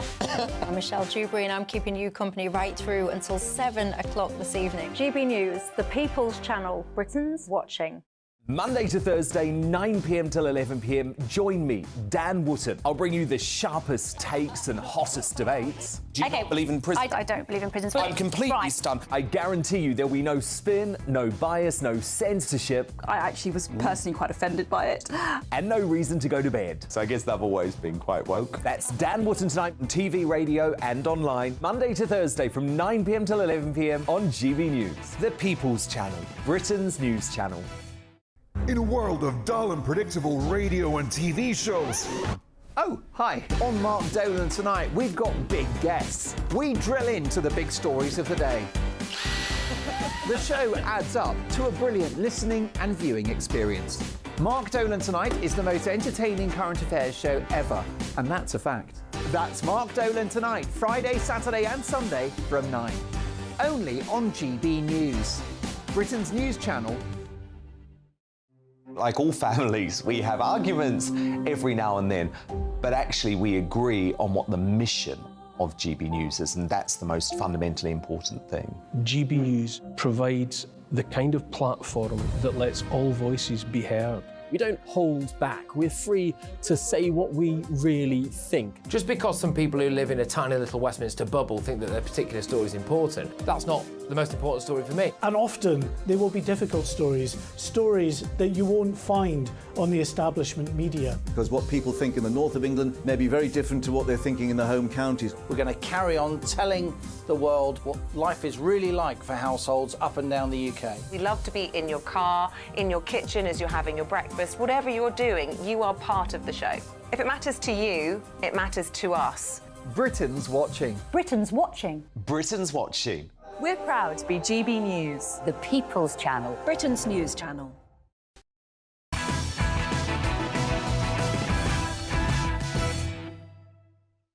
Kelly J. Keane on the way, but it's Tom Bauer time now, and it appears Mr. and Mrs. Backtrack are at it again, this time with Meghan Markle reportedly feeling regretful over Harry's hit job memoir Spare that threw the royal family under a bus. Having already tried distancing themselves from their bogus racism claims in the Oprah interview, a royal source now reckons the Duchess of Sussex has buyer's remorse over Harry's book after they were dubbed professional whiners. So, Tom Bauer, this does feel a little bit like Meghan is trying to distance herself from Spare because it was so awful and the Americans really turned on her as a result. But what are you hearing? Well, what I'm hearing is that they're facing yet another crisis. And the crisis now is really quite profound. They have a crisis of identity, a crisis of purpose, and a creeping crisis of fear that they won't have enough cash. I think the real problem for the Sussexes is that they really have no idea what they're going to do next. And so what they're really facing is a terrible problem of what work should they do, what mission have they got in life, which they always had. And, of course, they've had the terrible disappointment about Netflix. I mean, because what was really interesting last week was, while you were away, that the Times reported that they were going to get a nomination, an Emmy nomination for their series. Well, of course, they didn't, as I predicted they wouldn't last week. And the whole problem is for them... Well, the problem is that people have turned against the Sussexes. And that was a huge blow to them, that this rather successful in terms of audience and publicity, the Netflix series on their lives and their crisis, has not been nominated, and she hasn't yet been named, as he'd hoped, as a judge in the Emmy Awards. So creeping all the time is this belief, I think, that the Sussexes are finding life very difficult. And what's really remarkable is that one never sees a happy family couple with 2 children in California, in Montecito or by the beach. They seem to have withdrawn dramatically, and that is, I think, a symptom of their depression, of their fear that they really don't know what more to do to really establish themselves and to survive. So the Emmy thing is fascinating, isn't it? Because, remember, that's Netflix, so that's right at the heart of the liberal elite in Hollywood. It absolutely would have been expected to get onto that shortlist because, remember, Netflix does a lot of campaigning for shows like that. So I think maybe, Tom, this is the... I mean, I know we've had Spotify and the executive speaking up, but this is actual evidence now, isn't it, of just how out of favour they are in Tinseltown. And what's interesting is that, of course, their publicists were clearly leaking that they were going to get an award. That's why the Times wrongly reported that they had got the award. But what's interesting as well is that they keep on suggesting that they've got new Netflix projects, either Harry going to Africa to save Africa and the animals there, or Meghan going to South Africa and examining poverty there. But, of course, these aren't proper Netflix subjects. They're not going to get a big audience. And in the end, it always comes down to the problem they have of their profile, of their what do they represent, their purpose, their identity. And that, I think, to their misfortune, is that they're now finding it very difficult to assert themselves and maintain themselves as A-list celebrities. Of course, they never were, but that was their ambition. And they're just slipping down the pecking order fast. Really interesting, isn't it? Now, look, Tom, Dan Andrews, he's this bloke who's a bit of a left-wing authoritarian, the Premier of the Australian state of Victoria. He's actually pulled out of the 2026 Commonwealth Games. That city was meant to be hosting. It was all agreed. They'd paid the money. And unfortunately, Tom, this does feel a little bit like a Republican wave sweeping across Australia. Not necessarily the people of Australia. I don't think they necessarily want it. But the people in power, this hard left government in Australia. Should King Charles be worried about this? Oh, absolutely. This wouldn't have happened in the Queen's lifetime, and didn't. When they had the similar crisis, they quickly found an alternative venue for the Games. And this is one of the great problems of Charles. He's never really made himself popular in the Commonwealth. He hasn't really wanted to travel enough across the Commonwealth. But of course, the whole problem does also start with Meghan and her accusation that the royal family was racist, which of course struck deep, deep core in the black African countries and in the Caribbean, but also gave grist to the Republicans in Australia that somehow the royal family was not as liberal and as accommodating as everyone believed. But in the end, I do think this comes down to King Charles's leadership, that he has not been able to assert himself as a great Commonwealth leader. And the great misfortune is that the leadership of the Commonwealth under Patricia Scotland is deeply contaminated. The Secretariat is always very controversial, and somehow under the Queen, who was passionate about the Commonwealth, the late Queen, there was always a great loyalty, and that has disappeared. Well, I've been thinking about this, Tom, this week. It really feels like there has been a shift, because the remarkable thing about the Queen, and I also include the late Queen, sorry, and I also include Prince Philip as part of it, is that no matter their age, no matter their health, they remained the undisputed stars of the royal family. I guess maybe the only era where you could say that changed was in the 1990s with Princess Diana. Through the rest of the late Queen's reign, she was front and centre. There's been a real change over the last couple of months. We saw it at Wimbledon over the weekend, where actually William and Kate and their young family are now the out-and-out international stars of the royal family. And it does pose a bit of a problem for Charles and Camilla, doesn't it? Well, I don't think it's a problem for them, because I don't think they want to be front of stage. I think they've had enough. I think, as I've explained several times in our programme, that Camilla really is too tired, and she doesn't want to be an active queen. Health, and she really is struggling, isn't it? And I think King Charles also, he likes the title, but he doesn't want to do the hard graft. And which the late Queen always did. And the Queen always did, and he has always been very self-indulgent. He works hard for his causes, but not for every cause, and not when duty demands. And I think that's why they pushed William and Kate to the front. And they are a hugely attractive couple. I mean, when I saw Kate at Wimbledon, I thought, Meghan, eat your heart out. She was just fantastic, and her children were terrific too. But, of course, it does create a problem for the Commonwealth Games. It creates a problem for Britain's identity, that somehow you have the Prince of Wales, who's, to some extent, acting as king. And I think we saw that at the coronation. You remember how we revealed that when the newly crowned Queen left the Abbey, people did not, in the most important part, a nave, bow and curtsy to her. She is challenged. And I think the King is as well. And he needs to worry a bit about that, about his own status and loyalty to the crown. Yeah, it's fascinating, isn't it? But I certainly think Australia is a big worry at the moment. Well, it is. I mean, Australia, of course, has always had this huge Republican thing. Shame on Dan Andrews. I mean, he's a really terrible bloke, by the way. He's a terrible bloke. He did terrible things over the COVID pandemic. But shame on him for signing up his state. You know, the state was all signed up because the Commonwealth Games is a really important thing. I'm a big believer in it. Very important for Commonwealth relations, very important for African countries, very important for lots of sports that don't get it into the Olympic Games. And to pull out and just say, cannot be bothered, I just think it's disgraceful. Well, not only pull out, but without notice. Yeah. And what he really is doing to thousands of athletes... The whole game is under threats now. But to thousands of athletes who are training for that event, it really is a shocking thing to do. Do you know what? Couldn't the King step in? I mean, isn't this an opportunity for the King to actually put his money where his mouth is with William, using the Duchy funds, and actually say, we'll stage it in the UK? Well, I think it's also for the government. I mean, the British government, the Commonwealth is hugely important. The Queen, the late Queen, would have had a word with the Prime Minister. Let's see if King Charles does the same. Save the Commonwealth Games. King Charles, do it. Come on, you can afford it. Tom Bauer, our King of the Royals, thank you so much. We're going to have more of tomorrow's newspaper front pages coming up in a few moments, plus women's rights activist Kelly J. Keane. She's uncancelled. First, though, the weather. That warm feeling inside. From Boxed Boilers. Proud sponsors of weather on GB News. Hi there, it's Aidan McGivern here from the Met Office with the GB News forecast. It's been a damp day once again across many central areas. The rain, though, does ease overnight with clear spells emerging, but there will be further showers arriving on Wednesday. We've had a feature move through during Tuesday. That's pulling away into the North Sea at the moment and taking its rain with it, although it will take a while for eastern parts of the UK to be clear of rain and showers. Elsewhere, a lot of cloud remaining, but the clearest skies will be across Scotland and Northern Ireland, albeit with a few showers into the northwest, and temperatures where we get the clear skies dipping into the low double figures, mid to high single figures.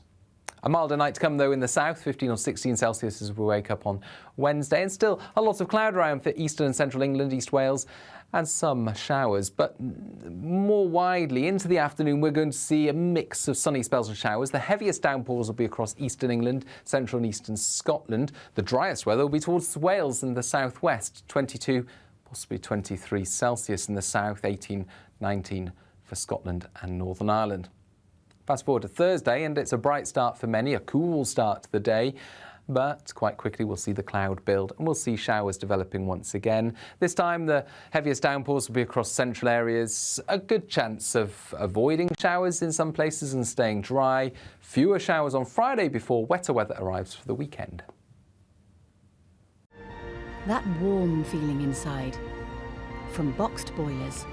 Proud sponsors of weather on GB News. Now, coming up at Uncancelled, it's been 5 years since women's rights activist Kelly J. Keane first raised eyebrows with her adult human female t-shirt. So after half a decade of campaigning against creeping trans ideology, including a brutal campaign of abuse against her, where does the debate go next? She's live shortly.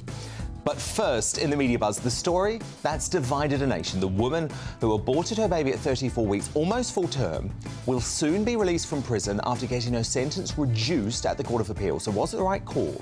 My superstar panel are very divided on this, live, straight after the break.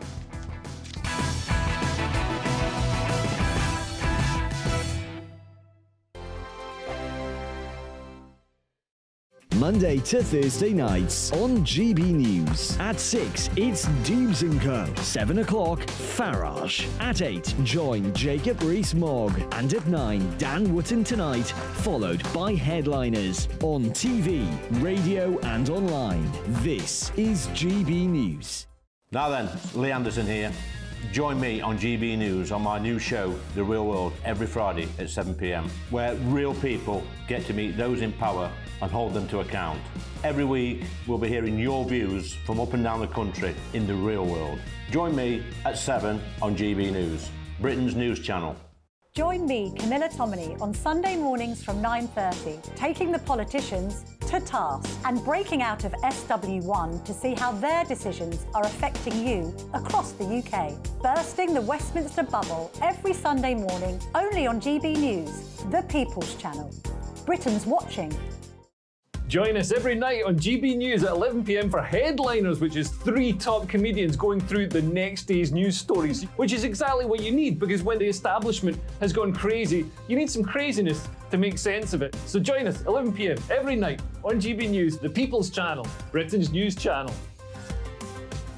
I'm Andrew Doyle. Join me at 7 o'clock every Sunday night for Free Speech Nation, the show where I tackle the week's biggest stories in politics and current affairs with the help of my 2 comedian panellists and a variety of special guests. Free Speech Nation, Sunday nights from 7 on GB News, the People's Channel, Britain's news channel.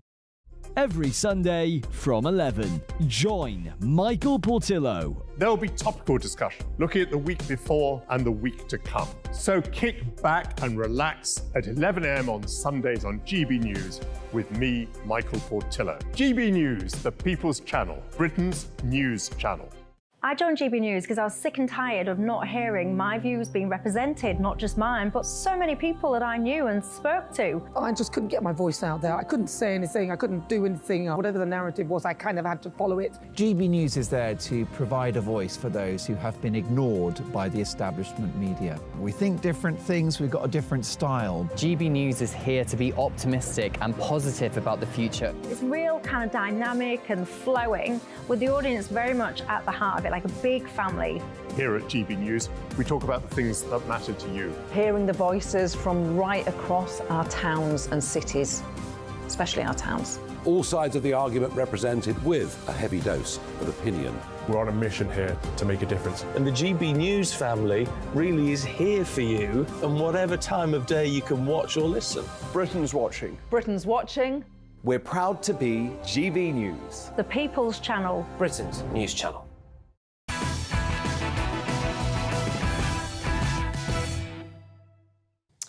Let's return to tomorrow's News Tonight now, and our Media Buzz. More front pages have been delivered. Lots with Nigel Farage on actually tonight. But first, the Daily Express, which leads with Rishi Sunak's warning that illegal migrants to Britain face the toughest ever laws after he won his battle to squeeze the small boats bill through Parliament. The Daily Mirror, oh goodness me, goodness gracious me. This is what I like to call fair porn, right? Burning up, they say, with a yellow headline. Here's Farage, though. This is the front page we want to see. The Daily Telegraph splashing on the shocking admission that the GB News presenter's bank account was shut down by Coutts as he doesn't align with the bank's value. That was after Nigel blew their previous lies out of the water by exposing the Coutts files on GB News earlier tonight. And, of course, he was with us earlier in the show too. Daily Mail also leading on that shocking revelation. My superstar panel back with me now. Top broadcaster Tonya Buxton, the GB News presenter, the Reverend Calvin Robinson, and the broadcaster Rebecca Reid. Now, it was a story that divided the nation, but the woman who was previously jailed for aborting her unborn child at 34 weeks, almost full term, will be released from prison after having her sentence reduced.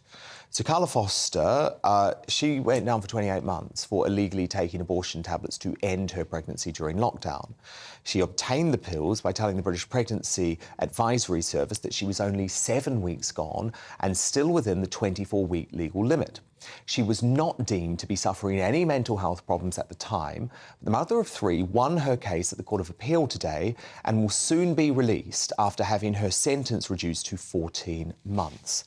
So, this is a very divisive subject. Reverend, you have strong views on abortion, don't you? But should this woman have stayed locked up when she's got a family? I think most criminals should stay locked up for their full sentence. I think we're letting them out far too early, and it's not really deterrent getting locked up anymore. But, you know, from my show, I get a lot of people writing in to talk about the trauma of having had an abortion in their past and how it's affected them as women and as mothers. And I think that's a great sadness because we paint this as a choice. It's always my body, my choice. Women have a choice, but we don't actually talk about what the choice is. And that choice is between killing and nurturing their child. That's a very serious choice. And I think what we should do as a society is look at the problems that are leading women to think that that's the only choice they've got, to solve those problems rather than letting them get to this end game in the first place. And actually quite often the choice is whether to have sex or not in the first place. Because people who are pro-abortion will say it's because of incest, it's because of rape. These extreme situations do need to be addressed, absolutely, of course they do. But we have over 200,000 abortions in this country every single year. It's being used as a contraceptive. It's not being used in these extreme circumstances. And to the people that say we have to have legal abortion for these circumstances, I'd say, OK, would you allow abortion only for these situations? Would you remove it for the people that think it is a choice because they want to seek the pleasure of life and not have the consequences of that? Rebecca, you say she should be released. She should be released. I mean, I think that we're talking about two things here. Abortion is a broad spectrum concept and abortion in this specific scenario. In terms of what Calvin said about abortion, I've had an abortion, so I understand what actually happens. For me, it was the right decision, and statistically, the research shows that around 90% of women don't regret their abortion. It was the right choice for them at the right time. I would guarantee you that anybody who's had one would not use it as contraception. It's not a nice day out. You can't guarantee that, Rebecca, because many people do. You can't guarantee that. If you have had an abortion, I can tell you it is honestly not what you would choose compared to other kinds of abortion. Celebrate it. I celebrate the fact that women have the right to make the choice. Nobody is celebrating the visceral, brutal experience of your body. Again, you can only speak for yourself. There are people that actively celebrate how many abortions they've had and see it as a good thing. If you're talking about the Shout About Your Abortion campaign, that is about the idea of trying to destigmatise the fact of having an abortion. I'm talking about the people who print T-shirts out and walk down to the Parliament Green saying, I've had 34 abortions have more. People that actively celebrate. That is at a the wickedness. tiny But you said majority nobody, of and I'm people. saying that's not true. Okay, nobody was an overstatement. The vast majority of people do not have an abortion because it is easy or because it is fun, but because it is the necessary thing at the moment. In this specific case of a woman 34 weeks, that is vanishingly, infinitesimally rare. The vast majority happen before 24 weeks because, apart from anything else, even if you were just a selfish person, it's a much less harrowing process if you are 5 weeks pregnant and you're talking about a zygote than if you are 34 weeks pregnant and that is a full-term baby. Anya, where do you stand on this one? So I think I stand right in the middle of them because whereas you think that a woman should be allowed to have an abortion full term, you don't believe in abortions. I believe that, of course, a woman should have a choice to have an abortion, but it should be a set period. It absolutely should be a set period. So cut down the time. But in this case with this woman, during lockdown, and nobody's really talking about that, and that's one of the things for me, it's during lockdown.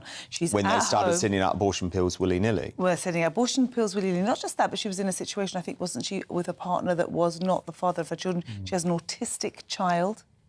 So there was we can't take the lockdown element out of this, and therefore I'm glad she's out of prison. I'm glad she's with her children. And that's the main thing, isn't it? Her children, her alive children, need their mother at home. The only people really being punished really were her children who need their mother. But that argument doesn't stand up because she could break any law and have to go to jail. You could say, well, her children need her. Then don't break laws. I probably wouldn't send the vast majority, I've said vast majority a lot, but the majority of women who have children I wouldn't send to prison, or I would suspend their sentence. But then we don't have a punitive system. If you are not, I would say if your crime is not to do with the abuse or endangerment of children, I would say you should be able to wait until children are adult and then serve your sentence later. That would mean literally because the any children mother can commit any crime. But they don't though. They probably. What percentage of prisoners in this country are women to start with? It's like infinitesimally tiny. The majority of women don't do crime, and the ones who do, it's often because of being in a relationship with somebody who makes them do drug-related crimes.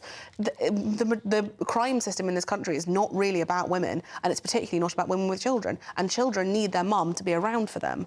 OK. I would say that mothers need to not commit crimes. Good debate, important one. Now, he's the wokest man in football who's currently one of the biggest donors to Just Stop Oil. But not content with bankrolling eco-terrorists, Dale Vince's virtue signalling plunged to new depths when he hired a woman as first-team manager at his League Two club Forest Green Rovers. The only problem is he went on to replace her with a man just 14 days later. So this is the moment former Aston Villa and England ace Gabby Obanaloho slammed Vince as an attention-seeking moron.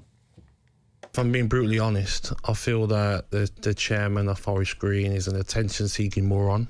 Wow. I feel that he loved the limelight. It was obviously a PR stunt. He had no... he was never going to give her the job when the season started. It was just a PR stunt, give her a couple of weeks, sort of an overnight job, and then bring in someone that he was probably looking for from the start. Vince paraded Hannah Dingle around the media and lapped up the plaudits for sparking a landmark occasion in men's football. Just like the eco-losers he backs. Turns out he's just another champagne-quaffing hypocrite. Rebecca Reid, Calvin Robertson, Tonya Buxton, do stand by because coming up, can you guess which controversial social media star has been nominated for a Greatest Britain Union Jackass Award for saying Britain should become fully Islamic? I'll reveal all shortly.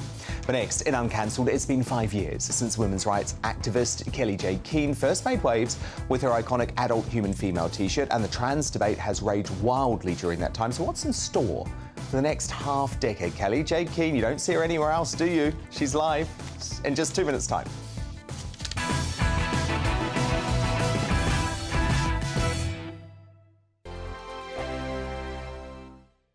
What you get for breakfast is something that, if we do our jobs right, you will wake up to news that you didn't know the night before. It's a conversation. It's not just me and Eamon. We want to get to know you, and we want you to get to know us. From 6, it's Breakfast with Eamon and Isabel. Monday to Thursdays on GB News. Britain's news channel. When the news happens, it happens here. And really important breaking news. Breaking news this morning. On TV, radio and online, the news starts here on Britain's Newsroom. All the biggest stories and the answers that you need from across the UK and beyond. Join Britain's Newsroom from 9:30 on GB News. The People's Channel, Britain's news channel. Join me, Patrick Christie's, Monday to Friday, 3 till 6. We tackle the day's news agenda like you've never seen before. It's high tempo, high octane, the most controversial topics, and the best guests. You will not be able to take your eyes and ears off it. I'm not afraid to ask the questions that you really want answered. 3 till 6 p.m, Monday to Friday on GB News, the People's Channel, Britain's news channel. Westminster is going around in ever-decreasing circles, followed by the media. Britain is broken. How on earth did we get into this mess? But more importantly, how do we get out of it? Join me at 7 p.m, Mondays to Thursdays on Farage. Here on GB News, we will have open, rational debate. We've got to work out how Britain moves forward from this. Join us here on GB News, the People's Channel. Britain is watching. People in Britain, they love free speech, but they also love fair play. I don't care if I'm speaking somebody from a trade union, from the Labour Party, somebody from the SNP. And I think the viewers like to see that actually we can challenge one another, but in a positive way. We think we ask the questions that people want to ask, and often we ask the questions that we wanted to ask in Parliament but never got the chance to ask. So join us every Saturday, 10 a.m. till noon on GB News, Britain's news channel.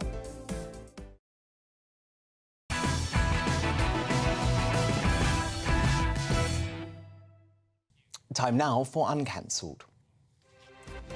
And this is where Britain's top commentators speak out on controversial issues without the fear of the cancel culture sweeping the rest of the media.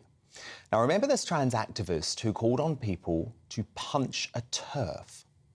I was going to come here and be really fluffy and be really nice and say, yeah, be really lovely and queer and gay. No, if you see a TERF, punch him in the face.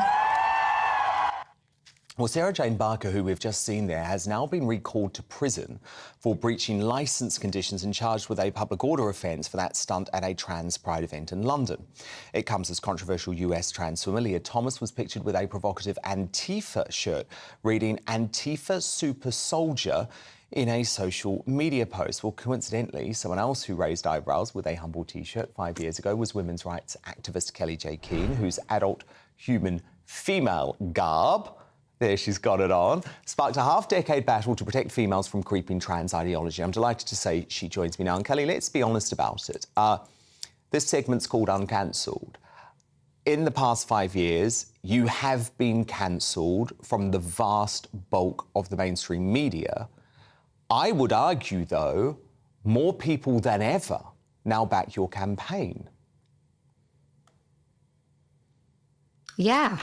Well, it's amazing if you keep telling the truth and you repeat it without fear that eventually people catch on and feel that they can also speak the truth. And I think that's something that I really have strived to do right from the off. I don't use preferred pronouns or lie about people's sex. I don't pretend that an act of kindness is to pretend that I see something in front of me that I don't see. And we create space for women to feel that they can also, well, anybody really, but majority of everything that I do is women-centred, so that women feel that they can actually speak the truth without fear in the public square. And if they don't feel that they can utter the words, we ask them to be the billboard, because I was obviously banned. As soon as I put my first billboard up, nobody would allow me to put a billboard up with such a hateful, terrible message as this T-shirt. Meanwhile, Kelly J, I'd say the other side, and we saw it with Sarah Jane Barker there, almost get a pass, almost seem to get a free pass. I mean, you were violently attacked in New Zealand. I don't believe there was any action taken against that individual. Initially, the police weren't going to do anything to Sarah Jane Barker until it became political and the Home Secretary weighed in. Yeah. Well, when it comes to the man that poured tomato soup on my head, he is, initially they were going to totally dismiss it. He's still trying for a dismissal, but that is going to a first hearing on the 20th of September. So as long as Chris Hipkins' government let me in, I'll be going back to New Zealand. I feel that would be so much fun. Oh, really? So tell me about that. So you're going to go back? You're going to do it again? Yes, I am. Yeah, I think, look, there's a lot of Maori women that I met, and I apologise if I haven't pronounced that properly, but there's a lot of women, thanks so much. There's a lot of women in New Zealand who have been so badly let down. The fact that that could have happened the way it did on that day, that the police were sort of on the outskirts of the park, and then it was reported in New Zealand media, which I have to say, and we give them a good run for their money, but I think they are amongst the worst in the Western world. Well, you see how... Yeah, you see how shocked Chris Hipkins was when a journalist actually asked him, that's the Prime Minister, by the way, who replaced Jacinda Ardern, a journalist asked him, what's a woman? And you'd think he'd just been asked to recite the quantum physics textbook. You know, he literally ummed and ahed and had no answer and said, you're going to have to come back to me. It's astonishing. It is astonishing. Yeah. But you know why? You know why? These woke folk, Kelly, they know that they will be cancelled by their own tribe if they state biological realities. That's where we're at.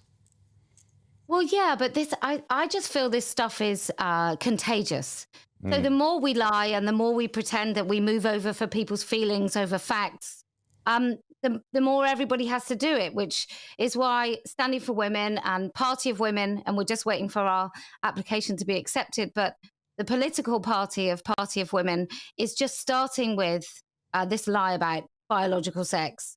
But really it's the most fundamental truth which has been lied about, which is that a woman can have a penis and a man can be a woman and anyone can just say that they are exactly what they want. And the next minute we all have to go along with the lie. And so I'm so excited where we're going. I had no idea that when I sold that first T-shirt and some stickers 5 years ago, I naively thought, Dan, that we would put this billboard up and everyone would go, oh my goodness, of course. Of course it's an adult human female. What a silly thing. How terrible we've all been. All over. Right, well done. Let's move along with the truth. And clearly it didn't quite work like that. No, indeed. Kelly J. King, thank you so much. Great to have you uncancelled tonight. But it's time now to reveal tonight's Greatest Britain Union Jackass. The Superstar panel returned. Tonya Buxton, your nominee. For Greatest Britain? Yes, Greatest Britain first, please. So my Greatest Britain is the guy that attacked the Just Stop Oil guys, got them out of the way and tried to drive through, and he successfully drove through. I think he had to get out of his car 3 or 4 times, but he did it again and again, and that's what everyone should be doing. Sorry, I'm not advocating this, is not the channel advocating it, but if there's a Just Stop Oil person stopping me getting somewhere I need to go, I'll be doing exactly that. Look out, look out. Calvin Robinson, your Greatest Britain nominee. Kemi Badenoch MP for pushing back against the trans guidance in schools and actually taking on the Education Secretary. Someone needed to, so thank you, Kemi. And Rebecca Reid, who are you going with as your Greatest Britain? The Court of Appeal judges who reduced the sentence so that the woman, Carla Foster, who terminated at 34 weeks, is able to be at home with her children, while I would like to see a world where that never happens again. The important thing is that those children have their mum back, which is what they need. Is Taylor Swift not in the news this week or something? Taylor Swift's always in the news, Calvin. Okay. I just try to vary things. Look, I've got to go with Tonya. I've got to go with Tonya. I love the fight back against the Just Stop Oil mob. I love it. Tonya Buxton, your Union Jackass nominee, please. Well, it just has to be the BBC. I mean, when are they going to get it? Nobody wants to pay for them anymore. Why don't they just trot off quietly and let's put themselves up for subscription? They'll see how many people do not want to watch them, and that'll be the end of that. Scrap the poll tax, exactly. Scrap the poll tax. Calvin Robinson, your nominee. Andrew Tate. Not just for his barbaric attitude towards women, but because he tweeted that he can't wait for Britain to become a fully Islamic country.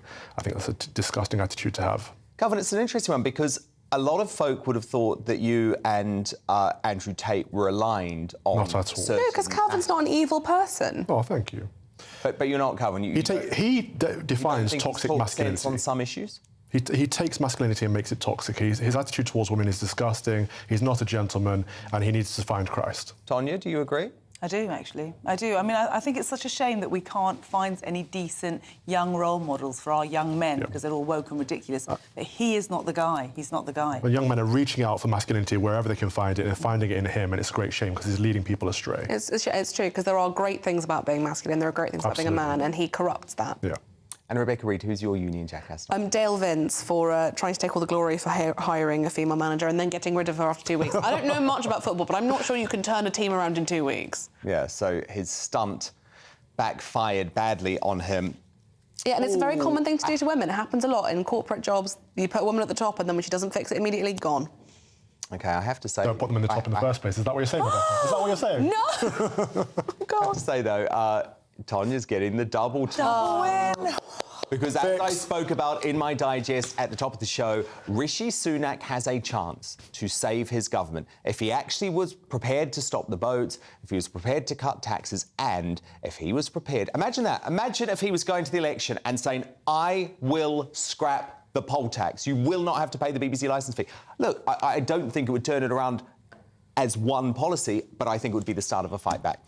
Tanya Buxton, Calvin Robinson, Rebecca Reid, thank you so much. Thank you to you for your company tonight. Next up, it's Headliners with their irreverent take on tomorrow's newspaper front pages. Good night. Sorry. The temperature's rising. Boxed Solar, proud sponsors of weather on GB News. Hi there, it's Aidan McGibbon here from the Met Office with the GB News forecast. It's been a damp day once again across many central areas. The rain, though, does ease overnight with clear spells emerging, but there will be further showers arriving on Wednesday. We've had a feature move through during Tuesday. That's pulling away into the North Sea at the moment and taking its rain with it, although it will take a while for eastern parts of the UK to be clear of rain and showers. Elsewhere, a lot of cloud remaining, but the clearest skies will be across Scotland and Northern Ireland, albeit with a few showers into the northwest, and temperatures where we get the clear skies dipping into the low double figures, mid to high single figures. A milder night to come, though, in the south, 15 or 16 Celsius as we wake up on Wednesday, and still a lot of cloud around for eastern and central England, East Wales, and some showers. But more widely, into the afternoon, we're going to see a mix of sunny spells and showers. The heaviest downpours will be across eastern England, central and eastern Scotland. The driest weather will be towards Wales and the southwest, 22, possibly 23 Celsius in the south, 18, 19 for Scotland and Northern Ireland. Fast forward to Thursday, and it's a bright start for many, a cool start to the day. But quite quickly we'll see the cloud build and we'll see showers developing once again. This time the heaviest downpours will be across central areas. A good chance of avoiding showers in some places and staying dry. Fewer showers on Friday before wetter weather arrives for the weekend. The temperature's rising. Boxed Solar, proud sponsors of weather on GB News.